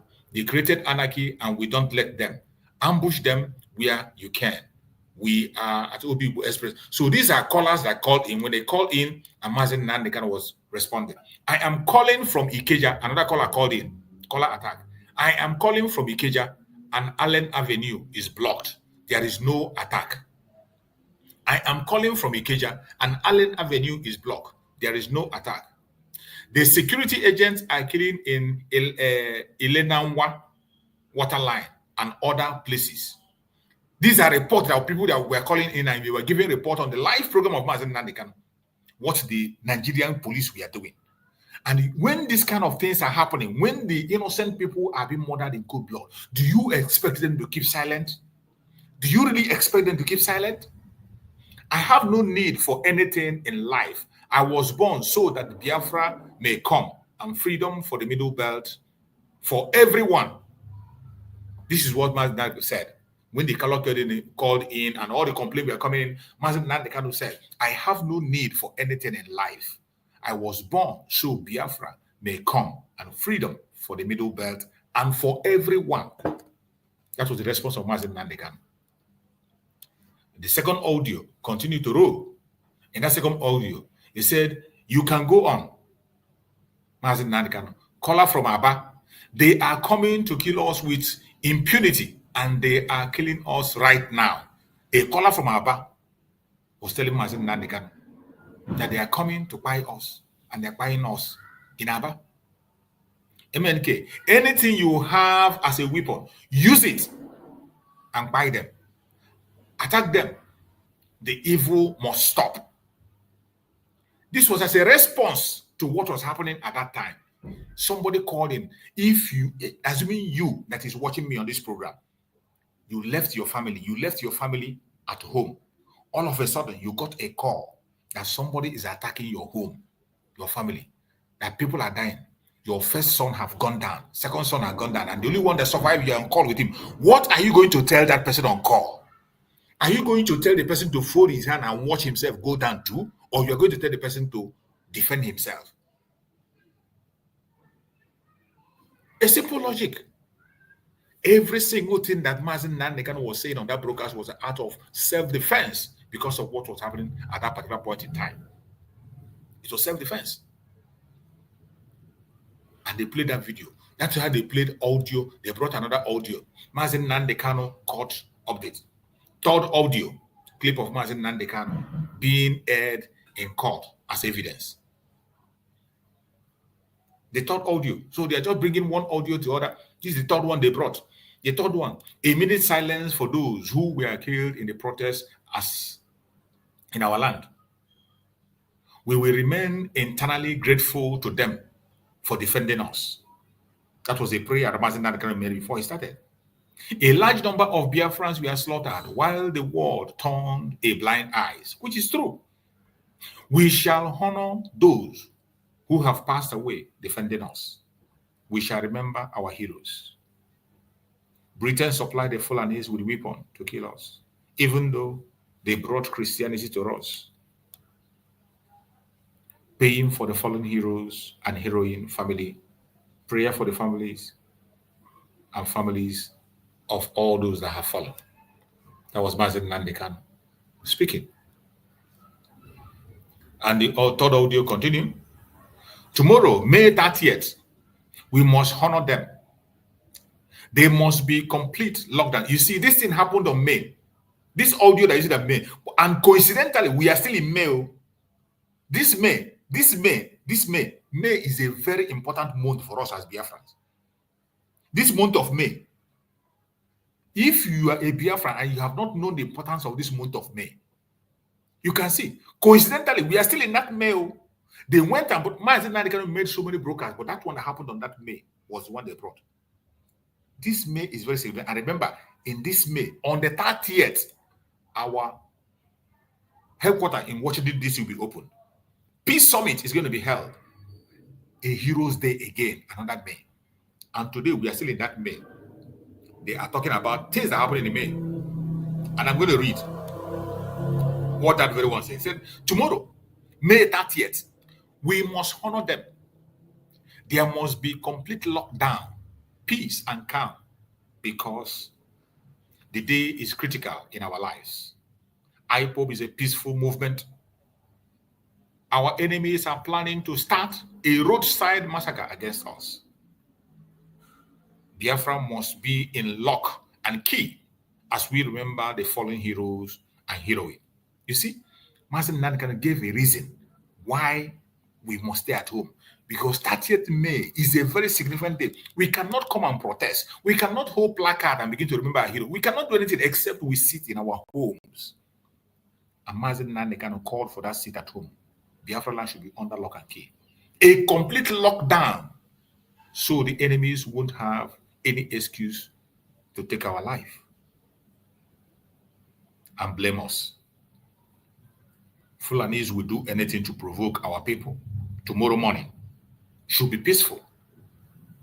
Mazi Nnamdi Kanu is calling that 30th May should be peaceful. Everybody should stay at home because they will come to provoke us. This is the broadcast made by Mazi Nnamdi Kanu. Now, they brought another update. The fourth hard drive, apparently containing another audio clip extracted from broadcast of Mazi Nnamdi Kanu, is now slotted in. Another one again. A video of Mazi Nnamdi Kanu in the US addressing the World Igbo Congress in 2012 is being aired in court. When Mazi Nnamdi Kanu was talking to World Igbo Congress, remember when he went to meet them and asked them to defend the land? The same thing Danjuma is doing in Nigeria. Mazi Nnamdi Kanu was in the US, so outside Nigeria, but Danjuma is doing the same thing, the same exact thing. That is what Danjuma is doing in Nigeria. But he's untouchable. Nobody called to question him. Even when he's invited to come and explain, he refused to go, and they did nothing. And that is the clip they are playing now for people to listen. Fifth audio clip of Mazi Nnamdi Kanu being aired before court. In the fifth audio, this is the content of the fifth audio. Every Hausa land is occupied by Fulani. Many years ago, they were Fulani. Now they proudly saying they are Fulani. They were Hausa. No, many years ago, they were Hausa Fulani. But now, they proudly saying they are Fulani. No more Hausa Fulani. Everybody knows that Nigeria is finished. Can you imagine Fulani telling you, Yoruba, if you remove Fulani from your forest, we will destroy you? Can you imagine that? Bandits have never been condemned or proscribed. Yoruba are quiet because of 2023 election. I told the Yorubas to wake up and confront the bandit. The longer you remain in one Nigeria, the more they will destroy you. A very truthful message. Is it not what is happening? Is it not what is their life better today? Is Yoruba land the same or better today? It is worse than ever. They played again another fifth clip extracted from Mazi Nnamdi Kanu case. The fifth clip, it says, what are Fulanis doing in our forest? They say they are pastoralists. Everyone who lives in the north rent a house rather than living in the forest like the Fulanis. The herders take your land, rape your wife, rape your wives. All you do is complain and do nothing. The herders take your land, rape your wives. All you do is complain and do nothing. This is what Mazi Nnamdi Kanu was saying in those clips. And every single thing he's saying, are they not true? Is there any lie in it? The fifth clip continues. There is nothing more precious than freedom. Hope Uzodinma gave our land to the Fulanese. The clip ends. You know, each one, they take the one they caught, they use the one they like, and remove the one they don't like. My fellow Biafrans, it doesn't matter what they say. It doesn't matter what they do. We know that Mazi Nnamdi Kanu has no case to answer in the Zoological Republic Court.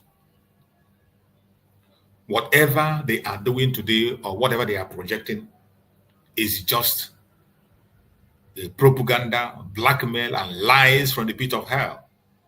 And wherever you are, have it at the back of your mind that the only thing that will guarantee the freedom of Mazi Nnamdi Kanu is the restoration of Biafra in full. That is why Mazi Simon Ekpa didn't look back while going forward.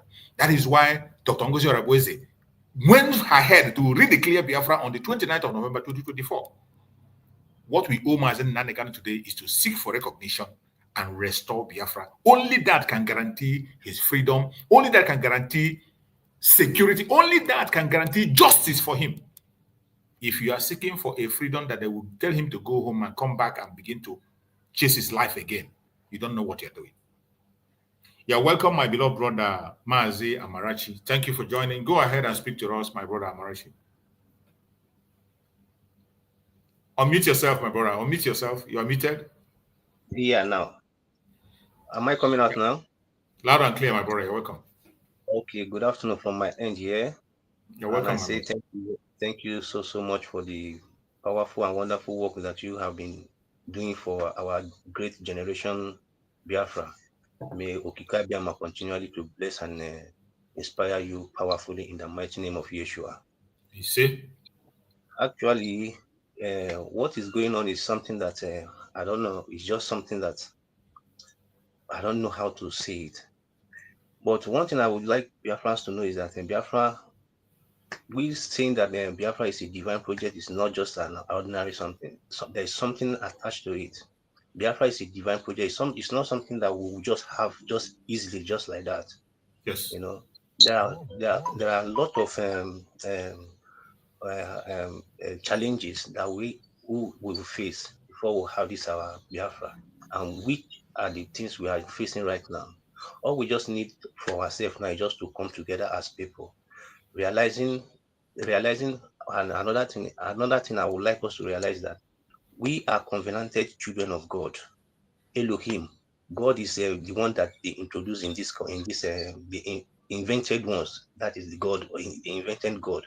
But ours is Elohim. You understand? We are covenanted children of Elohim. And earlier we realized that to come together and cry to Him with one voice.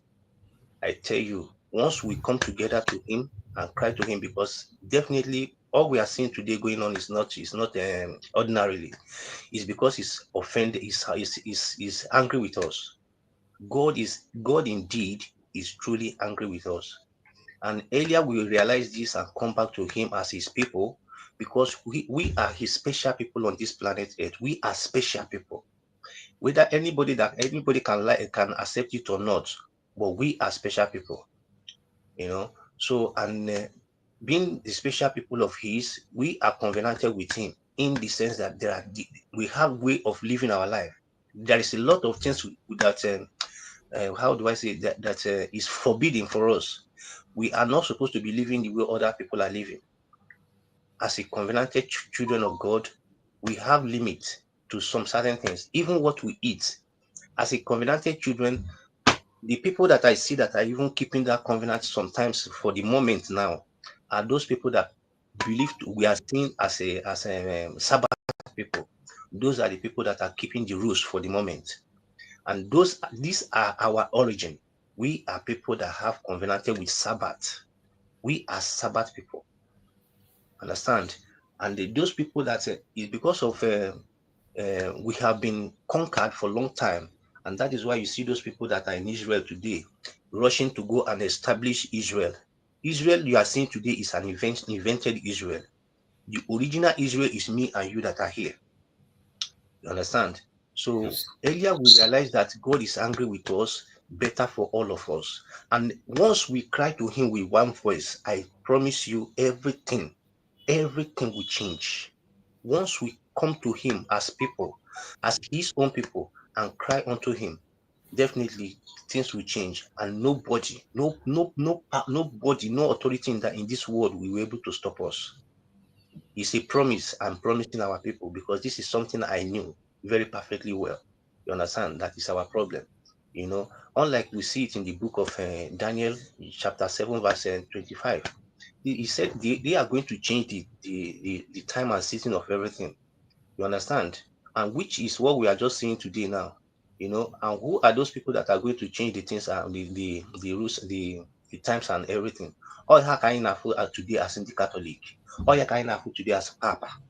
You understand? Those are the people that will change the time and listen, the time and season. Just as it is written here in the book of Daniel, verse 7, chapter 7, verse 25. He says, "And he shall speak great words against the Most High, and shall wear out the saints." Oh, yeah, can they wear out now? We are going out totally. Because one thing in this scripture is that you may read one particular chapter for more than 10 years without understanding it clearly. But when you go into it with the spirit, with the spirit that will guide you, you will understand that very chapter. You might read it for more than 10 years, but you'll be just like John 3:16. All of us might think will know. But there is a day you will read that John 3:16 now, you will find the real meaning of that John 3:16. Understand? So as it says here now, "And shall wear out the saints of the Most High, and think to change times and laws." What we are undergoing it already, and that is the experience we're having now. Okay, "And they shall be given into his hand until a time and times and the divided of times." There are a lot of evidence I will bring to you or to us here. I have a lot of evidence that shows that we are not the same with this world. We are totally different. You understand? All our life is of the Old Testament in the Bible. All our life is just the Old Testament. We have nothing attached with the New Testament. All those things are the contamination of that Bible. The Bible was one of the things they stole from our land when they came, and now they infiltrated it by bringing that New Testament into it in order to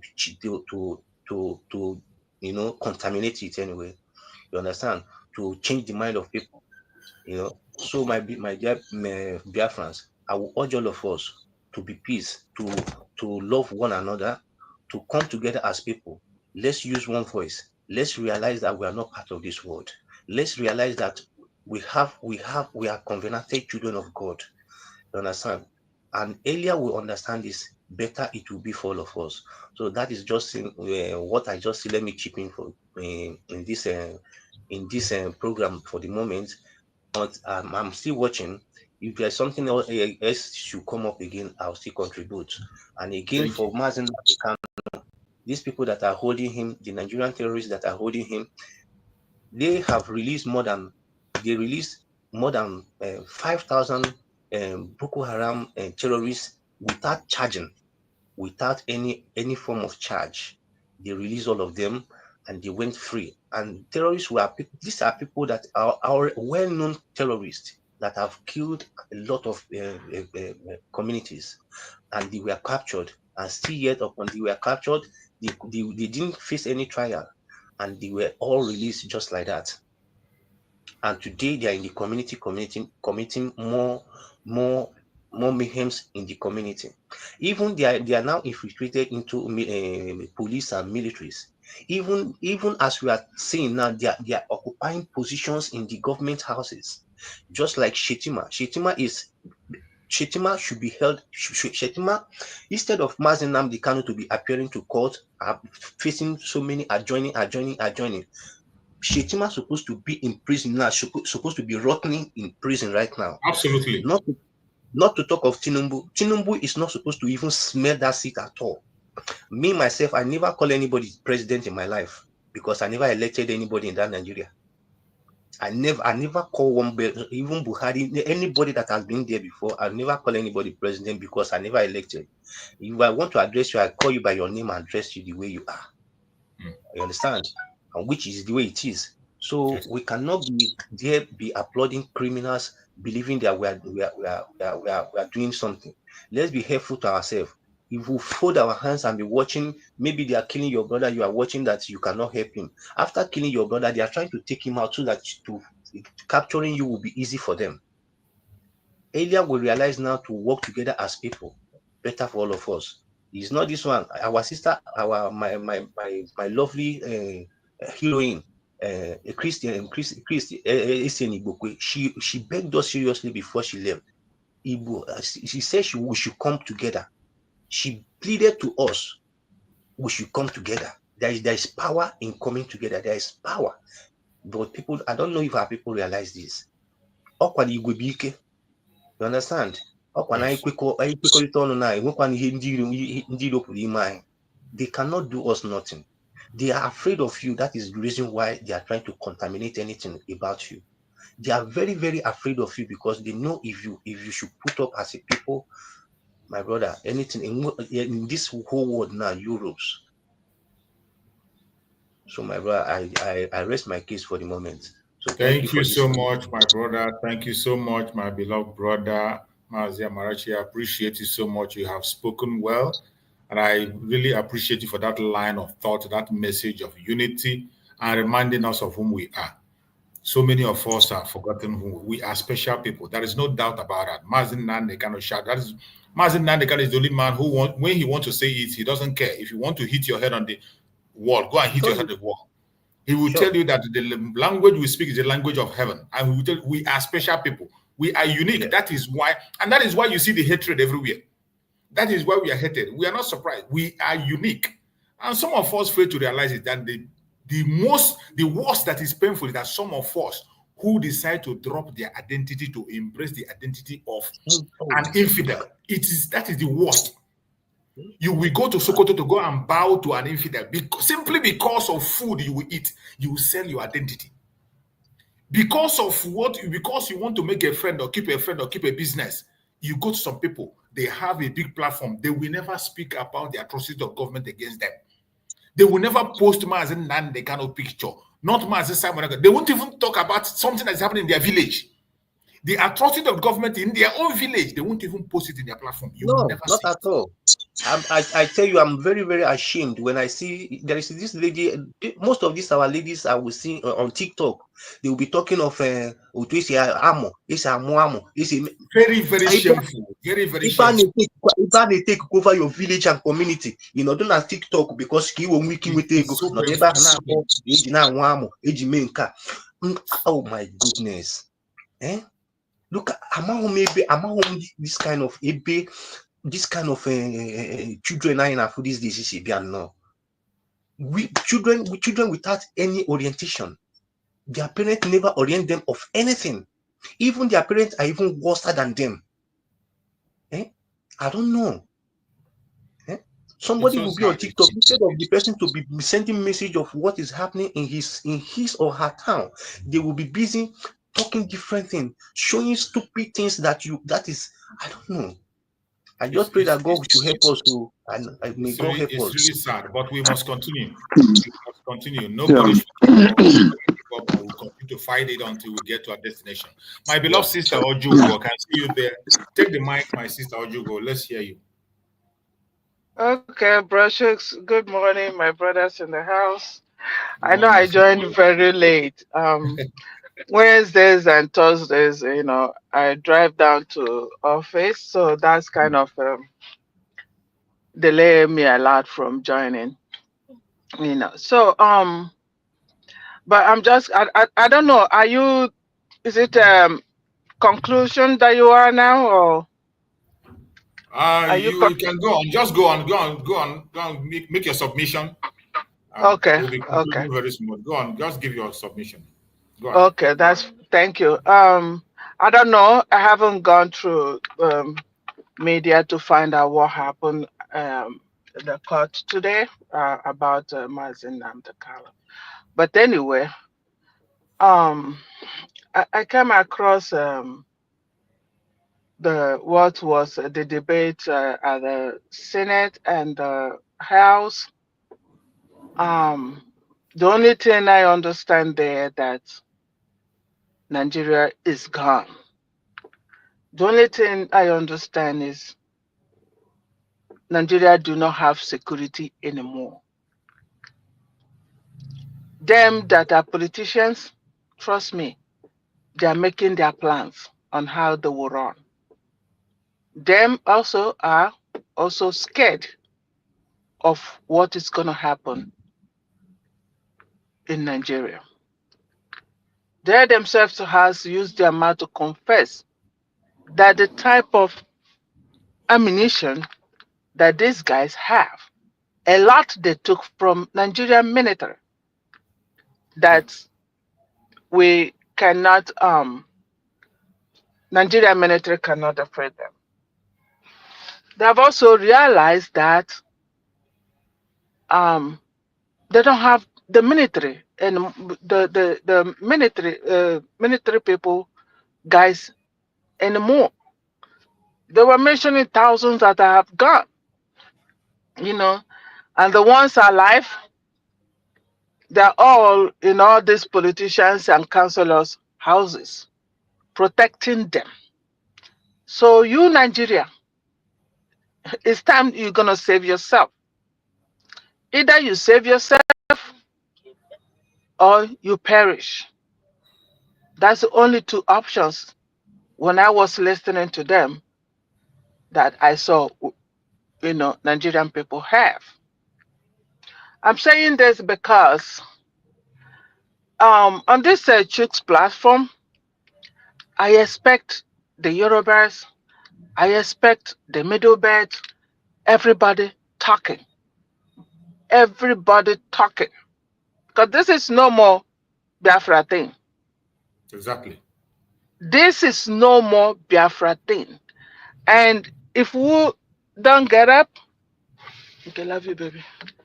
If we don't get up, we will be swallowed. Like everybody will be swallowed into this. And them themselves open their mouth and say, this is not about religion. It's grabbing, conquering. And people are still looking at Tinubu's face. Love you, baby. Yes. Looking at Tinubu's face, there is a Yoruba man. Now, no, Nigeria is gone.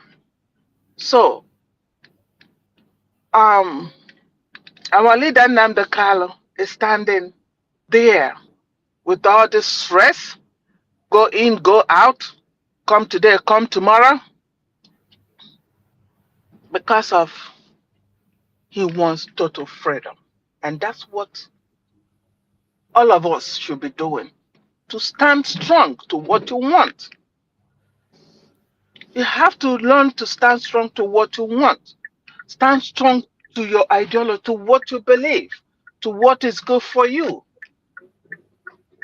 So I don't know. It seems sometimes I seem like our people don't get it yet. The whole people in that zoological country, Bongo, don't get it yet. That those ruling them, they got it, and I'm sure they're making their plan. And that's why they're grabbing as much as they can to run away. And they will give them visa anytime to travel to UK. So people need to, different voices now need to come up, speak up. You are gone. Your leaders know that the country is gone. So you better get up. You better speak up. You better come together. Find out, how do we survive this? Fighting Nnamdi Kanu, fighting Simon Ekpa is not the solution. Or Dr. Ngozi Odabez is not the solution. Your towns and village will be swallowed in just a short period of time. A short period of time. So unity, unity, unity.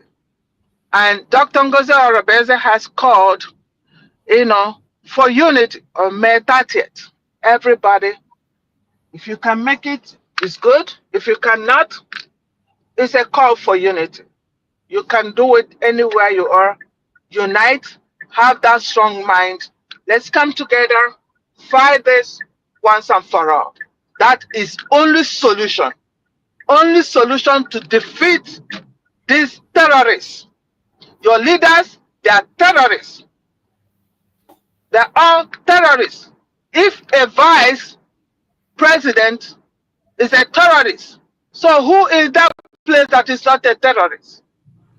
Because the governors will see them, they don't kill them, they don't arrest them, they don't do anything. Even if the citizens got them, hand them over to police, they are being released. You can see that everybody there who is a politician is a terrorist. So, people leading you are terrorists. Gumi should be the one standing trial now, but Gumi is not. And they're just harassing an innocent man in and out, in and out. Somebody who the first person said, we did not find anything gone, anything that linked to terrorism. So what charges are you guys doing again? Is it not enough evidence to say this guy should go because you were charging him for terrorism? Now, there is nothing on him that shows that. So what are we still doing? So, my people, let's stand together. Whether you're Yoruba, you're Hausa, pure Hausa, you're Igbo, whatever you call yourself, stand up or you will be gone. Thank you. Thank you so much, my beloved sister. You just nailed it. You have spoken well. I appreciate you for that submission. Thank you so much. And we can see that the case of Mazi Nnamdi Kanu have been adjourned to tomorrow again. After many playing of most of the broadcasts he made, he played many broadcasts, and the video he made when he went meeting with the group in United States. So after all those, now they have now postponed the meeting, the case to tomorrow, adjourned. By tomorrow, the Council of Mazi Nnamdi Kanu will now cross-examine everything they have presented, and we will proceed from there. This is the update coming from... The man handling this case said he will try and end this on the 8th. Yeah, on the that's what they said, but from every indication, let's see. I'm not sure it's going to end on the 8th because what Lawyer Michael just wrote here and as an update, he said Mazi Nnamdi Kanu's case has been adjourned to tomorrow for continuation of hearing. Today, the prosecution evidence in chief comprises primarily of Mazi Nnamdi Kanu broadcasts dating back to 2015. Their relevance will be tested when we begin our cross-examination, by tomorrow. Hopefully by tomorrow, that's what he said. So the case continues tomorrow, being the 8th. So I'm not sure they're going to round up tomorrow. Go ahead, my sister. I think you are saying something. No, I said, okay, let's see if the judge will fulfill his promise, they will continue to adjourn it. Yeah, shame on them. That's it. We are not having our hope on them. We know that the freedom of Mazi Nnamdi Kanu is in the hand of Chukwu Okike Abiama and the hand of God. So we'll continue to do what we are doing. My brother Greg, you have a submission. Give us a submission before we go on the last round. Yes, Mazi. I will first start with the Danjuman because that is where we were before our brother and sister came in. Yeah. When they are talking about terrorists, you remember 2016 or thereabout when Buhari went to America. I think that time Trump was still in power. And they asked him about, I think it was in America, they asked him, or in London, that they asked him about the terrorists and the herdsmen, the Fulanis. And he told them that these people are foreigners. That it was during the time of Gaddafi problem that they started having all this gun and they came into Nigeria and they started hijacking and the kidnapping and the mayhem everywhere. So now the question is this. And Mazi Nnamdi Kanu that have called for the protection of his people and all ethnic tribes of Nigeria, and you as a president of that evil contraction called Nigeria know fully well that these people that are doing these things are not Nigerians. And you allow the terrorist people to operate in your land because they came from the same area you came from. It's just like when, say, use example, when Obama was American president, and people that came from, Kenya, and some other African countries started coming in America, become terrorists and everything. And what will Obama do? Obama will go and say, give them free visa. You have to come to America without visa. And when they start coming without visa, they started killing every American citizens. And the government keep quiet. So now, for the international community that are listening, anywhere they are listening, now Trump is taking credit that those criminals that imported into America that committed crime, they were ex-criminals, they were ex-convicts in their lands, and they came into America and they are living in America, that he's going to deport all of them back to America. And then now he's taking credit that he's building wall, that illegal immigrants are no more entering into America, that he's deporting them. So it takes 100 days, and he was given now that it is almost 0% of illegal America crossing America through Mexico, others, that he have built wall to stop them. And the so-called of their president Buhari, open border for them for every part of Nigeria to come, and they start buying people. And now Nnamdi Kanu is defending his people, and they are calling him terrorist, charging him for terrorism or inciting terrorists. Simon Ekpa defending his people, they call him terrorist, inciting terrorists. And those herdsmen that Tinubu and Buhari APC give free, free visa without anything to come into the land. When they come into the land, the military will prepare an ID card as a visa for them in the land. Nobody should control them. When they finish, you go inside a military barrack and take their refuge. Nobody will arrest them. Nobody will tamper with them.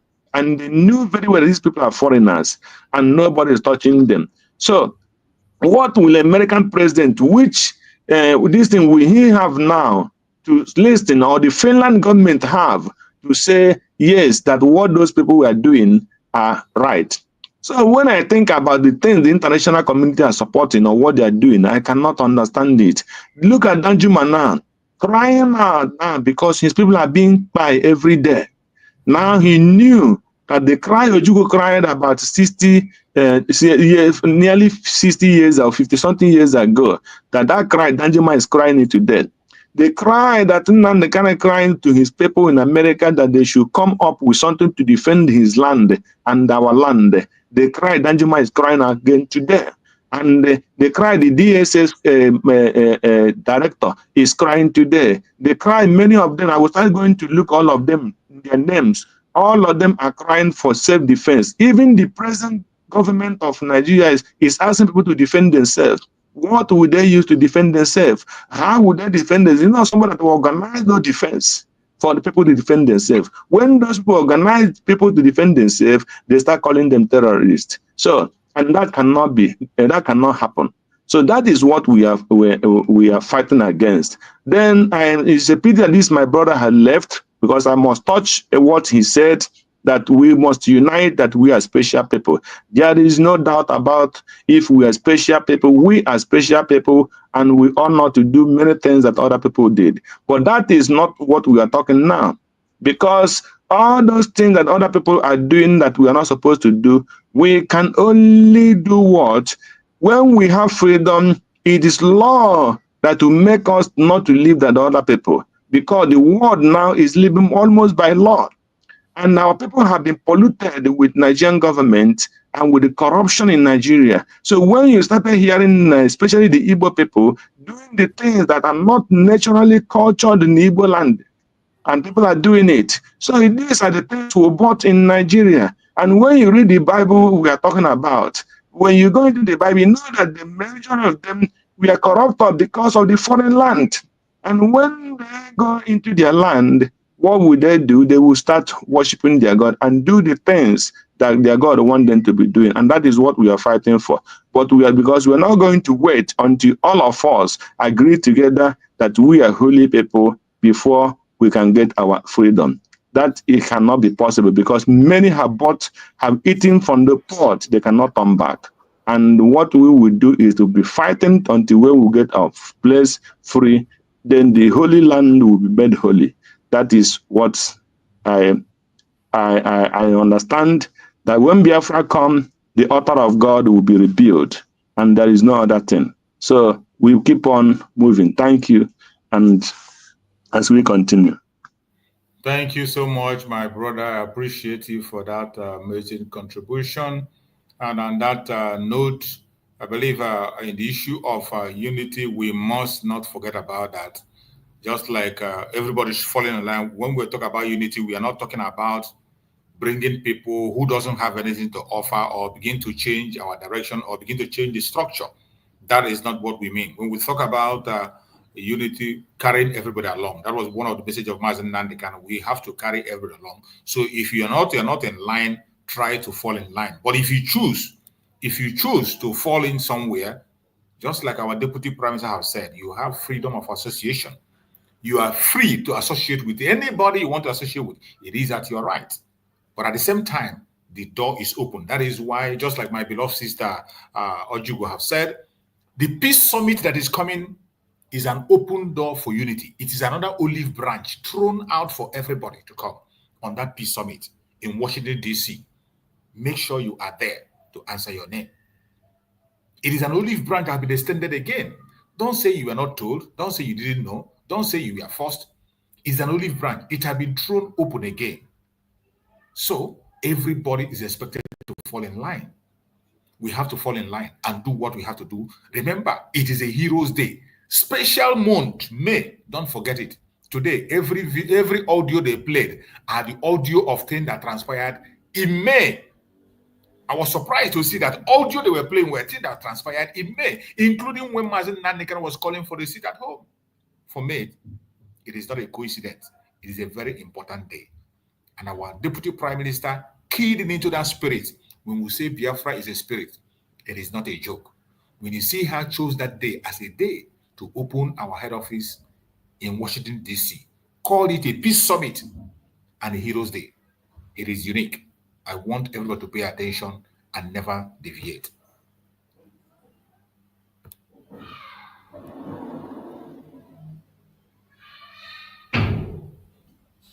We dey rise like sun, no fear for our land. We go stand together, fight for freedom now. No surrender. This day is more than just an opening. It is a call for peace and reconciliation. Join us at the first ever Biafra Peace Summit, where the past and present voices for Biafra independence come together. No segregation, no division, just one people with one purpose, an occasion to voice our differences, resolve them, and stand stronger as one people.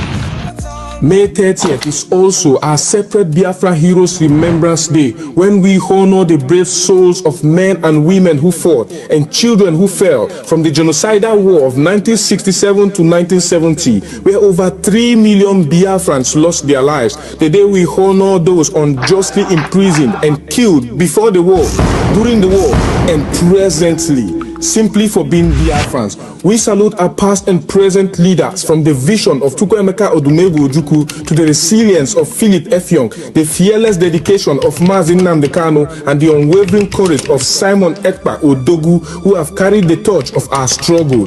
Their sacrifices and leadership lights our paths forward. As we all know, for far too long, we've endured suffering at the hands of our enemies and division from within. This summit is power-packed to heal those wounds, to uproot seeds of discord planted among us, and to unite Biafrans across tribes, regions, religions, and political views. Together, we are unstoppable. Be part of history. Join us on May 30th, 2025 at the United States of Biafra headquarters in Washington, D.C. A day of unity, remembrance, and renewal. Biafra rises as one strong nation, bolder together. Venue, 11726 Connecticut Avenue, Northwest Washington, D.C. Time, 3 p.m. Biafra time and 10 a.m. Washington time. 30th of May 2025, a united Biafra. Our time is now.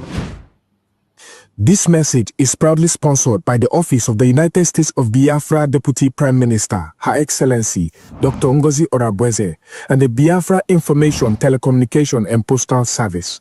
My name is Marvelous Chukwubikem Arinze.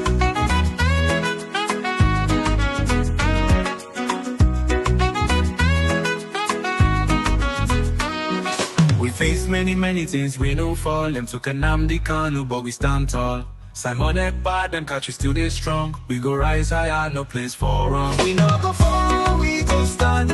In unity, we hold the land.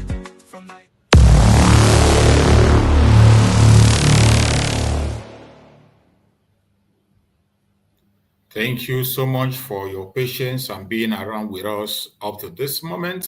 And we are going to be rounding up on the program. But before I go on this roundup, I'm going to play some videos that is going to be to guide us. From there, we can get our closing remarks, and then we prepare and wait for tomorrow. Tomorrow, our Supreme Leader is also coming to court tomorrow. So let's see what is going to happen tomorrow when they come. As they promise to conclude it tomorrow, we are not sure if they will. So we have to follow up until tomorrow. The case has been adjourned to tomorrow. Today, what they did was to play all the clips they extracted from the message of Mazi Nnamdi Kanu, and they brought also the video clip of the meeting of Mazi Nnamdi Kanu with Igbo Union in the US. So that was the clip they played today in the court. And tomorrow, Agabi, the lead counsel of Mazi Nnamdi Kanu and the Biafran people, will now cross-examine the witness tomorrow and also test all the evidence they have brought on that clip they played and all whatnot that they have played. Then tomorrow it will be trashed out, and by the grace of Chukwu Kabiama, we'll see what is going to transpire tomorrow, and we follow up.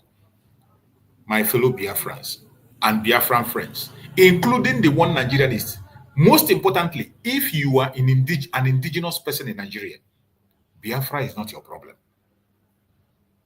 Those of you that think that Biafra is not your problem, Biafra is only the solution. The difference between the Biafran people and other regions, other ethnic groups, is because Biafran people are not only complaining, they are pursuing solution. They have the solution and they are following it up. But some other regions, they know this problem, they are in it, they feel it, even more than the Biafrans, but they have no voice to speak, nor to pursue solution. They can talk so much about the problem. They explain the problem, they narrate it. It happens with them. They are first-hand witness of the problem, but they don't have solution, and they are not ready to pursue the solution. But in the case of Biafrans, we can't be silent. The difference between us and other regions, the Oduduwa, the Middle Beltans, the Northerners, is solution. Biafrans are not only complaining or crying. We are pursuing solution, and the solution is the dissolution of the Zoological Republic. Disintegration, everybody to your tent, O Israel. Peacefully. It is not out of hatred. It is not out of greed. It is not because of our resources. It's not because we are too smart. It is to save life. Just to save life. The North, be on your area, practice what you want to practice. The Southwest, be on your own. The Middle Belt, the Biafran people, everybody be on their own, grow in their own space, at their own speed. We can still do business together. We can still intermarry. We can still do whatever we want to do together. But let everybody know their boundaries and respect each other. That is what we're asking for. And that is the lasting solution to the problem of the Zoological Republic. Stop hating the Biafran people. Stop seeing Biafran people as your problem. We are not the problem. We are the solution. And if you think we are the problem, I want you to listen to this video I'm about to play. This is the grievances and one of the reasons we can never, ever continue to be in the zoo. Pay attention to this video. Maswen, who happens to be the chairman of the Senate Ethics and Privileges Committee, was disbarred for life in the United States for fraud and dishonest conduct. A lot of them have cases with EFCC. The Senate president is one of them. He was accused of embezzling 100 billion naira during his tenure as governor of Akwa Ibom State. He was also part of the list of 58 former governors accused of looting over 2 trillion naira, many of whom have found National Assembly home. The reality right now is a retirement home for current criminals. The alleged criminals, yes.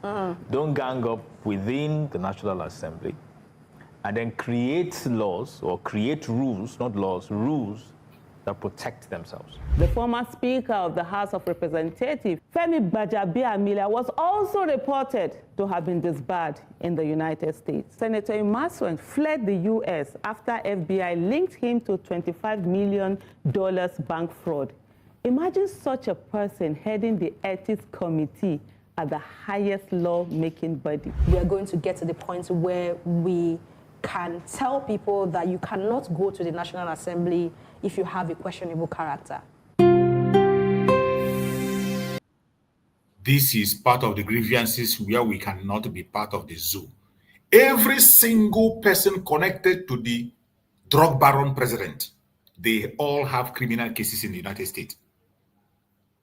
It's either they have their criminal case in the United States or they have it in Nigeria there, or they have it elsewhere. These are a bunch of criminals that have gathered together to continue to hold people captive. And there is nothing you can do about it as long as you continue to confess Nigeria. The only people that have the right and power to rule Nigeria are fraudsters, criminals, bandits. If you want to have a sane society, disintegrate that zoo and let people go their separate ways. I want you to hear another person that you will think is reasonable, another criminal performing his own criminal agenda on a different. You will not believe that this idiot will be supporting criminality. Parts, even go out of our boundary, cross to the northern part of Nigeria to talk to our brothers, so that he will get his second tenure. Tinubu is a good person. He has the experience to do everything to carry this country to the higher level. I am traveling across all the northern states to appeal to them. Buhari spent 8 years now. So we don't want anybody to cause any problem. Let Tinubu have his own 8 years too. And then we look for another person to come in. There is no need for anybody to say, no, we have the monopoly of power. No. We must allow Tinubu to do his 8 years, which will appeal to everybody. And by the grace of God, everybody will support us. Like the traditional rulers and everybody, both small and young here, who have endorsed Mr. President for a second term. The duly elected governor of Rivers State is coming back. You know, I may likely have a problem with my brother Paul, who you can refer to as my boy. The problem between Wike and Fobra is boy and Oga. And there is no way. Our president is one person who has been protecting democracy. So there is no way he will truncate it. Maybe in another few days I will be leaving for Abuja. We are doing everything, including Mr. President and Wike. Fobra is coming back as the duly elected governor of Rivers. You can imagine what this clown is saying. Some of you who don't know who this guy is, the person that is speaking here. That is Tompolo. You can imagine what Tompolo is saying. A man who is supposed to be fighting for the freedom of his people. As we speak, his people are still don't have pipe-bomb water. They don't have a place to fish. They don't even have toilet. They live on top of water. They stool on that of water and they drink the water. Look at the nonsense he's saying. He's promoting the drug baron. This is a man who is on death row in Nigeria. He was declared wanted at a point in time. This man, you see so. But later, they bargained. And today, look at him. And look at the way he's explaining the issue of Wike and Fobura, that is Oga and Boy Boy. The same thing that Tinubu is doing in Lagos, that is what he has now supported to be happening in River State. Telling you that Tinubu is a good Democrat. Look at Lagos State, how Tinubu have become an emperor in Lagos. And now, Wike, another emperor in River State. And he is supporting him fully because they have given him free hand to steal on his own direction. You see how Nigeria functions. Criminals with criminals. If you are not criminal-minded, you cannot have any position in Nigeria until you show Nigeria how fraudulent, how criminal-minded you are, that you can be able to take innocent life without any remorse. Only then and then, they will put in their government. And the British, of course, will support them because that benefits them in one way or the other. It is sad, but this is the situation. What a shame. My brother, Greg, please have your speech with your closing remark as we round up on the program. Yeah, thank you, Mazi. You know, it's a pity. It's just a pity. But we all know, as long as you are once a Nigerian, you know all this game. It's just like this, what do you call him? This young man, the very dark man, that is fighting, and let me call him an activist or whatever. But you cannot last as an activist in Nigeria. They must bend you to eat from that demonic pot. Whether you, since I remove my mind from that evil country is, or was, when somebody will come to you, choose and say, I want you to write this result, take these millions. You say, no, you say, no, I don't want to put my hand. They will tell you, you will take this money and write it. And even if you don't take this money, that you must write it. That result. So it's better for you to take this money and write it. Because even if you don't take this money, that you must write that result they want you to write. That will show you the kind of the country that place. Is that the country you want to live in? So this Tompolo has turned into a pure criminal, an evil person against his community, against his land. Go to Ijon, go to any part of that riverine area. You will, if you see the kind of swamp and dirty oil and everything that place is, look at those places. That area he is always celebrating is where he worships his dirty god. He is celebrating, doing a sacrifice of woman. Who will go in that place to investigate what he is doing in that place? Nobody. Who knows what he is using to do the sacrifice in that river? How many blood? Nobody will go there to do the sacrifice because he is more than a government. What do you expect? What do you expect him to say? What he said is, what if he take ordinary, I will tell you it's not possible. I never, this like just like when this Asia Krieg or whatever you call him, when he come out and he start doing something, I will not just be surprised, because I know him very well where he is coming from. If you tamper go to within that from Warri to, because when I was in Nigeria, as young as I am, I started very early after my secondary school, I entered into business. So I was only going to Warri for supply, some oil companies, some factories in all those places. So that is how those places, I know those places from Warri to Port Harcourt. You see, so that is where those places I know that's the area. But if you go that place, you will cry. And this man is coming using his people. They will gather him as stout and thugs, carrying gun everywhere. That is how that is what Nigerian is breed every young man. So when you grow to their level without your tout and your criminality, you become one of them. That is the only thing. There is one film I used to like to watch, Goodfellow. It was an American film, early 70s, Goodfellow. Where he said that to become a mafia is more distant than to become an American president. That is what is in Nigeria. So, for you to become anything in Nigeria must be a deadly mafia. Human blood will not be anything to you.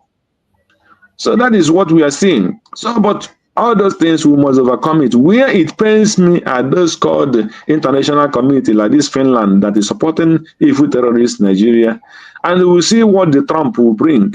So we are just watching the last hope of Trump to know what he will do. And those people that are in America should not sleep. They should push. Otherwise, they have started hijacking that very struggle again through their embassy in Nigeria. They should not give one second chance to all these evil people in that country, Nigeria, that are called themselves ambassadors and whatever. They have not come to save our people. They have come to kill them and steal and get riches before they put them to any part of the world. That is it. So I encourage the Biafrans to continue doing whatever they are doing that is good, and stand gidigam for the government and do the needful. Thank you, and God bless you. Welcome again, our sister Ojugo. Thank you, and thank you, Chief. Bye-bye. Thank you so much. Thank you so much, my brother Greg. My sister Ojugo, give us a closing remark as we round up. Okay, thank you, my brother Greg. Okay, yeah, like the video that you played confirmed what I said, that all the politicians in the Zoological Republic of Animal Kingdom, Nigeria, they are all terrorists, all of them. So they've confirmed it themselves. That's whom they are. If you are not, all of them, just check from beginning to the end, who have not committed one crime or the other that should be resting in prison. All of them. So now, who is leading them? The worst human being ever on planet Earth. And that's why he's supporting this man, what is his name? The idiot in River State. Wike. Because that's what he did, in Lagos. That's what Wike is trying to do in River State. So, you see, cover me, I cover you. Cover me, I cover you. That's what they are there. The Senate president, current one, all of them. Crime. They pick them wherever they are. The governors, Soludo, during his time in Central Bank, Uzodimba, fraud, all of them. Who are you gonna name? And if you have not, check those that have not, and that sincerely, they will take you. They will find a way to take you out. If you stand up there and talk anything that is not to their dancing, they're gonna take you out, suspend you, or do something. You can. Who dare you open your mouth? That's why Abaribe told them and say, when they were saying, "Oh, is this?" The Northerners were saying, "We did this. Well, terrorists did this. Terrorists say, can we be?" Because they were talking like say that they fell down from above.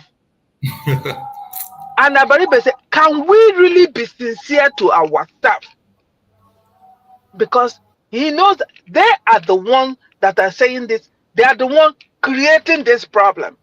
Can we be truly, for one time, to ourselves, if we really need to say enough is enough? Who is fooling who?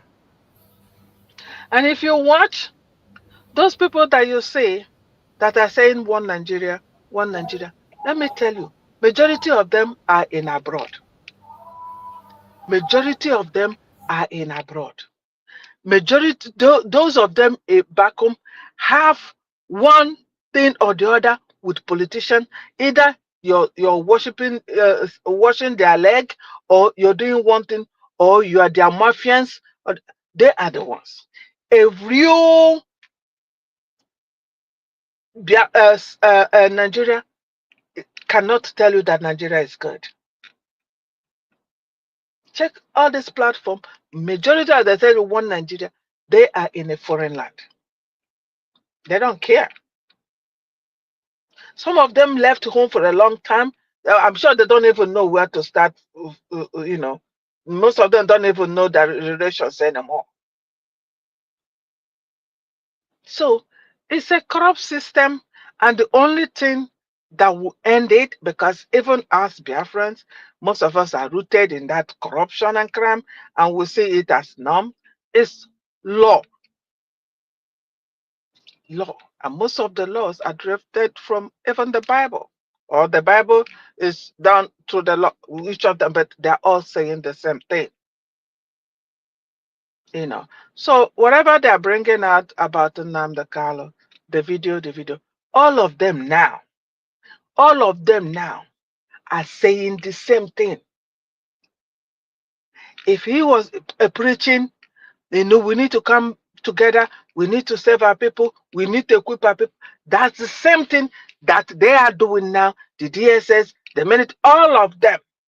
Even one of them in the Senate of the House was saying, it's time I'm going to equip my people. We have to find a solution to this. Either we allow every Nigeria to carry a gun so that they can defend themselves. Otherwise, they will all be swallowed. So they are all saying the same thing. Defend yourself. And that's exactly what Simon was saying. Exactly what Nnamdi Kanu said. They're just leaders for their people. They come out to voice out. A lot of people are looking for who will come and voice out because they're seeing what Nnamdi Kanu is passing through. So a lot of people are scared to even voice out. So we should appreciate this, our people. Mazi Nnamdi Kanu. We should appreciate Simon Ekpa. We should appreciate Dr. Ngozi Arabeze, who have volunteered themselves, sincerely guided by the spirit of our dead heroes. And be grateful for them, that they are in our midst. Biafrans, we are blessed. Biafrans, we are blessed. A lot of people are jealous of what we have. Yes. A lot of people say they wish this Mazi Nnamdi Kanu come from them. They wish Simon Ekpa belongs to them. We are blessed, and we must say thank you, God, for that. Thank you so much, Project. God bless you, and God bless you. And my brother Greg, that is always there. And I think there's this other, a lot of our brothers that are always there in the morning. You know, I said God bless each and every one of you. We're doing what we can do, as you know, to make sure we're voicing out. And it's very important. It's very important that we put our voice in solidarity, that we want our freedom. We want to be free. Even I came from Imo State. If Imo State now say, oh my, Imo State no go area now, the boundary is all secured, and trust me, I'm ready to go home. I'm missing home a lot. I will be visiting America because being a citizen, you can fly at any time. I'll be visiting, but I'll go home. I will completely go home. There's no place like home. No place like home. Thank you, everybody. Thank you for standing in solidarity with our leaders, both Nnamdi Kanu, Simon Ekpa, Dr. Ngozi Arabeze, and the big decade that we have, that the spirit is so strong. Odumegwu Ojukwu, we love you. Thank you, my bros. Thank you so much, my beloved sister. I appreciate you for that amazing submission. Thank you so much. May Chukwu Kabiama continue to guide you, protect you, and secure you wherever you are. So, fellow Biafran, there is an update that I want to read here. One of the updates we got has to do with our Prime Minister, Mazi Simon Ekpa. So, I saw the update online on Twitter, and it's coming from one of this in Finland, but I just have to read it out. We don't have to take it for what it is, and we always wait and hear from the government of Biafra before we reach a conclusion or respond. So that X handle, it says the X post by Simon Kivohelti report that on May 6, 2025, Finland National Bureau of Investigation, KRP, completed a primary investigation into Simon Ekpa's Lati-based Biafran activist suspecting him of inciting crimes with terrorist intent and participating in a terrorist group following his November 2024 arrest for allegedly inciting violence in southeast Nigeria. Ekpa, self-proclaimed Prime Minister of the Biafran Republic government in exile, Brigade, has led initiatives like the Biafran Defense Forces and a 30 days lockdown of Nigerian government institutions in 2024, aiming to protect Biafrans from violence, though Finnish authorities view this action as tied to terrorism, highlighting a clash between separatist activism and international law.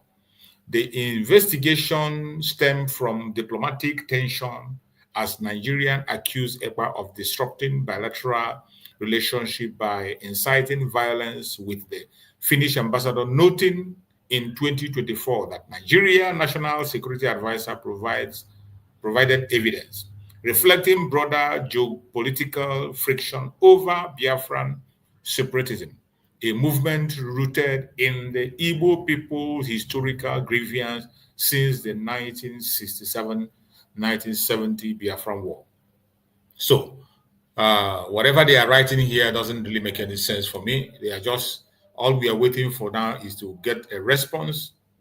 We want to get a response, and once we get a response, if they want to charge Mazi Simon Ekpa, let them come to their court and charge him. Let us know what they're charging him. Whatever accusation they are bringing, whatever evidence they say they have to present it. And I bet you, as the case of Mazi Nnamdi Kanu is going on, Mazi Simon Ekpa is coming out, and everything is going to move forward, and we will continue to do what we have to do.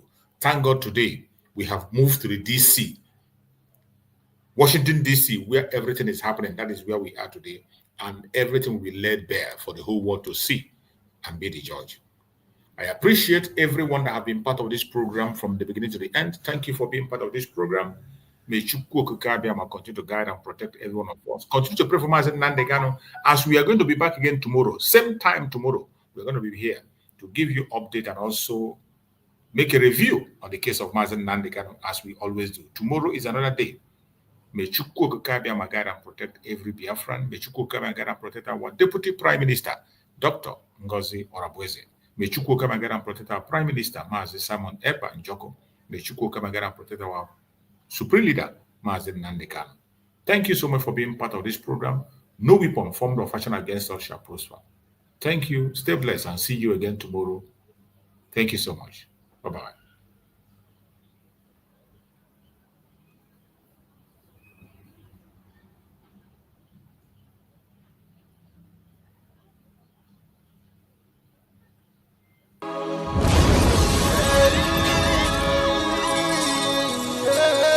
This is from Biafra's Got Talent. We are letting Biafrans know the reason why we should remember those who gave their lives for us, those who died, that we may live.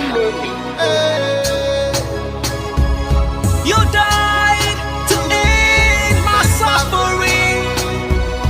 You died fighting for my freedom. Your blood is the seed of redemption. You are my inspiration. The deed no longer than military shots out them. 67 to 70, we remember them. 2016, 38 May, memory still lives in our mind till today. Wonder why they refuse to publicize the genocide. The world media turn blind eyes to our plight. It's time to arise, land of the rising sun. Let's rise one more time, let's rise.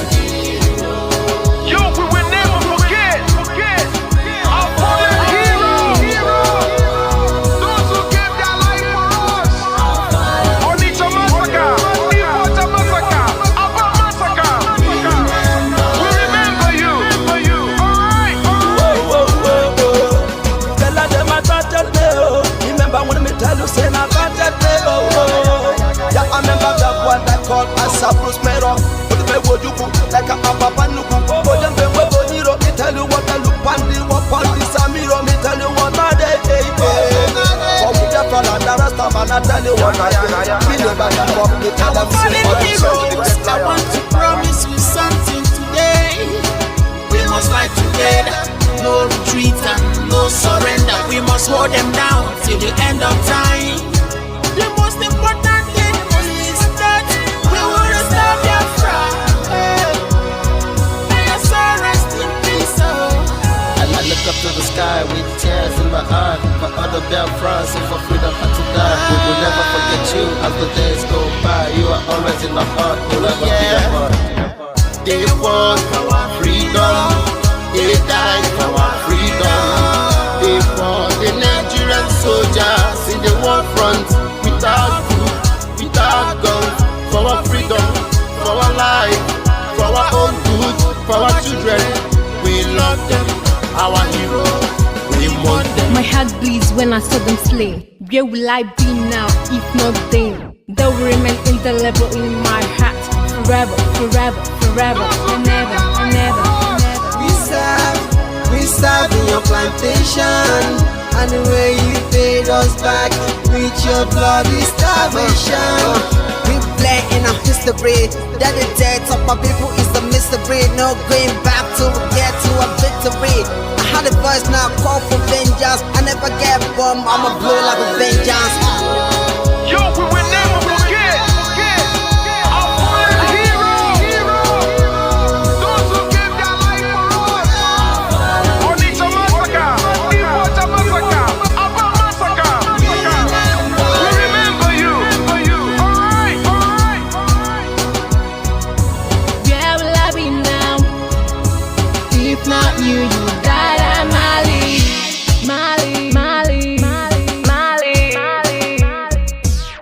They were starved to death because of our freedom, and they paid the debt for our freedom. Flag high for those that died in the genocide, fighting for you and I. There is pain in our heart, we bleeding inside, tears in the eyes, so I'm following you. This is for my fallen heroes. Give them motivation, people. It's like I'm looking at myself in the mirror.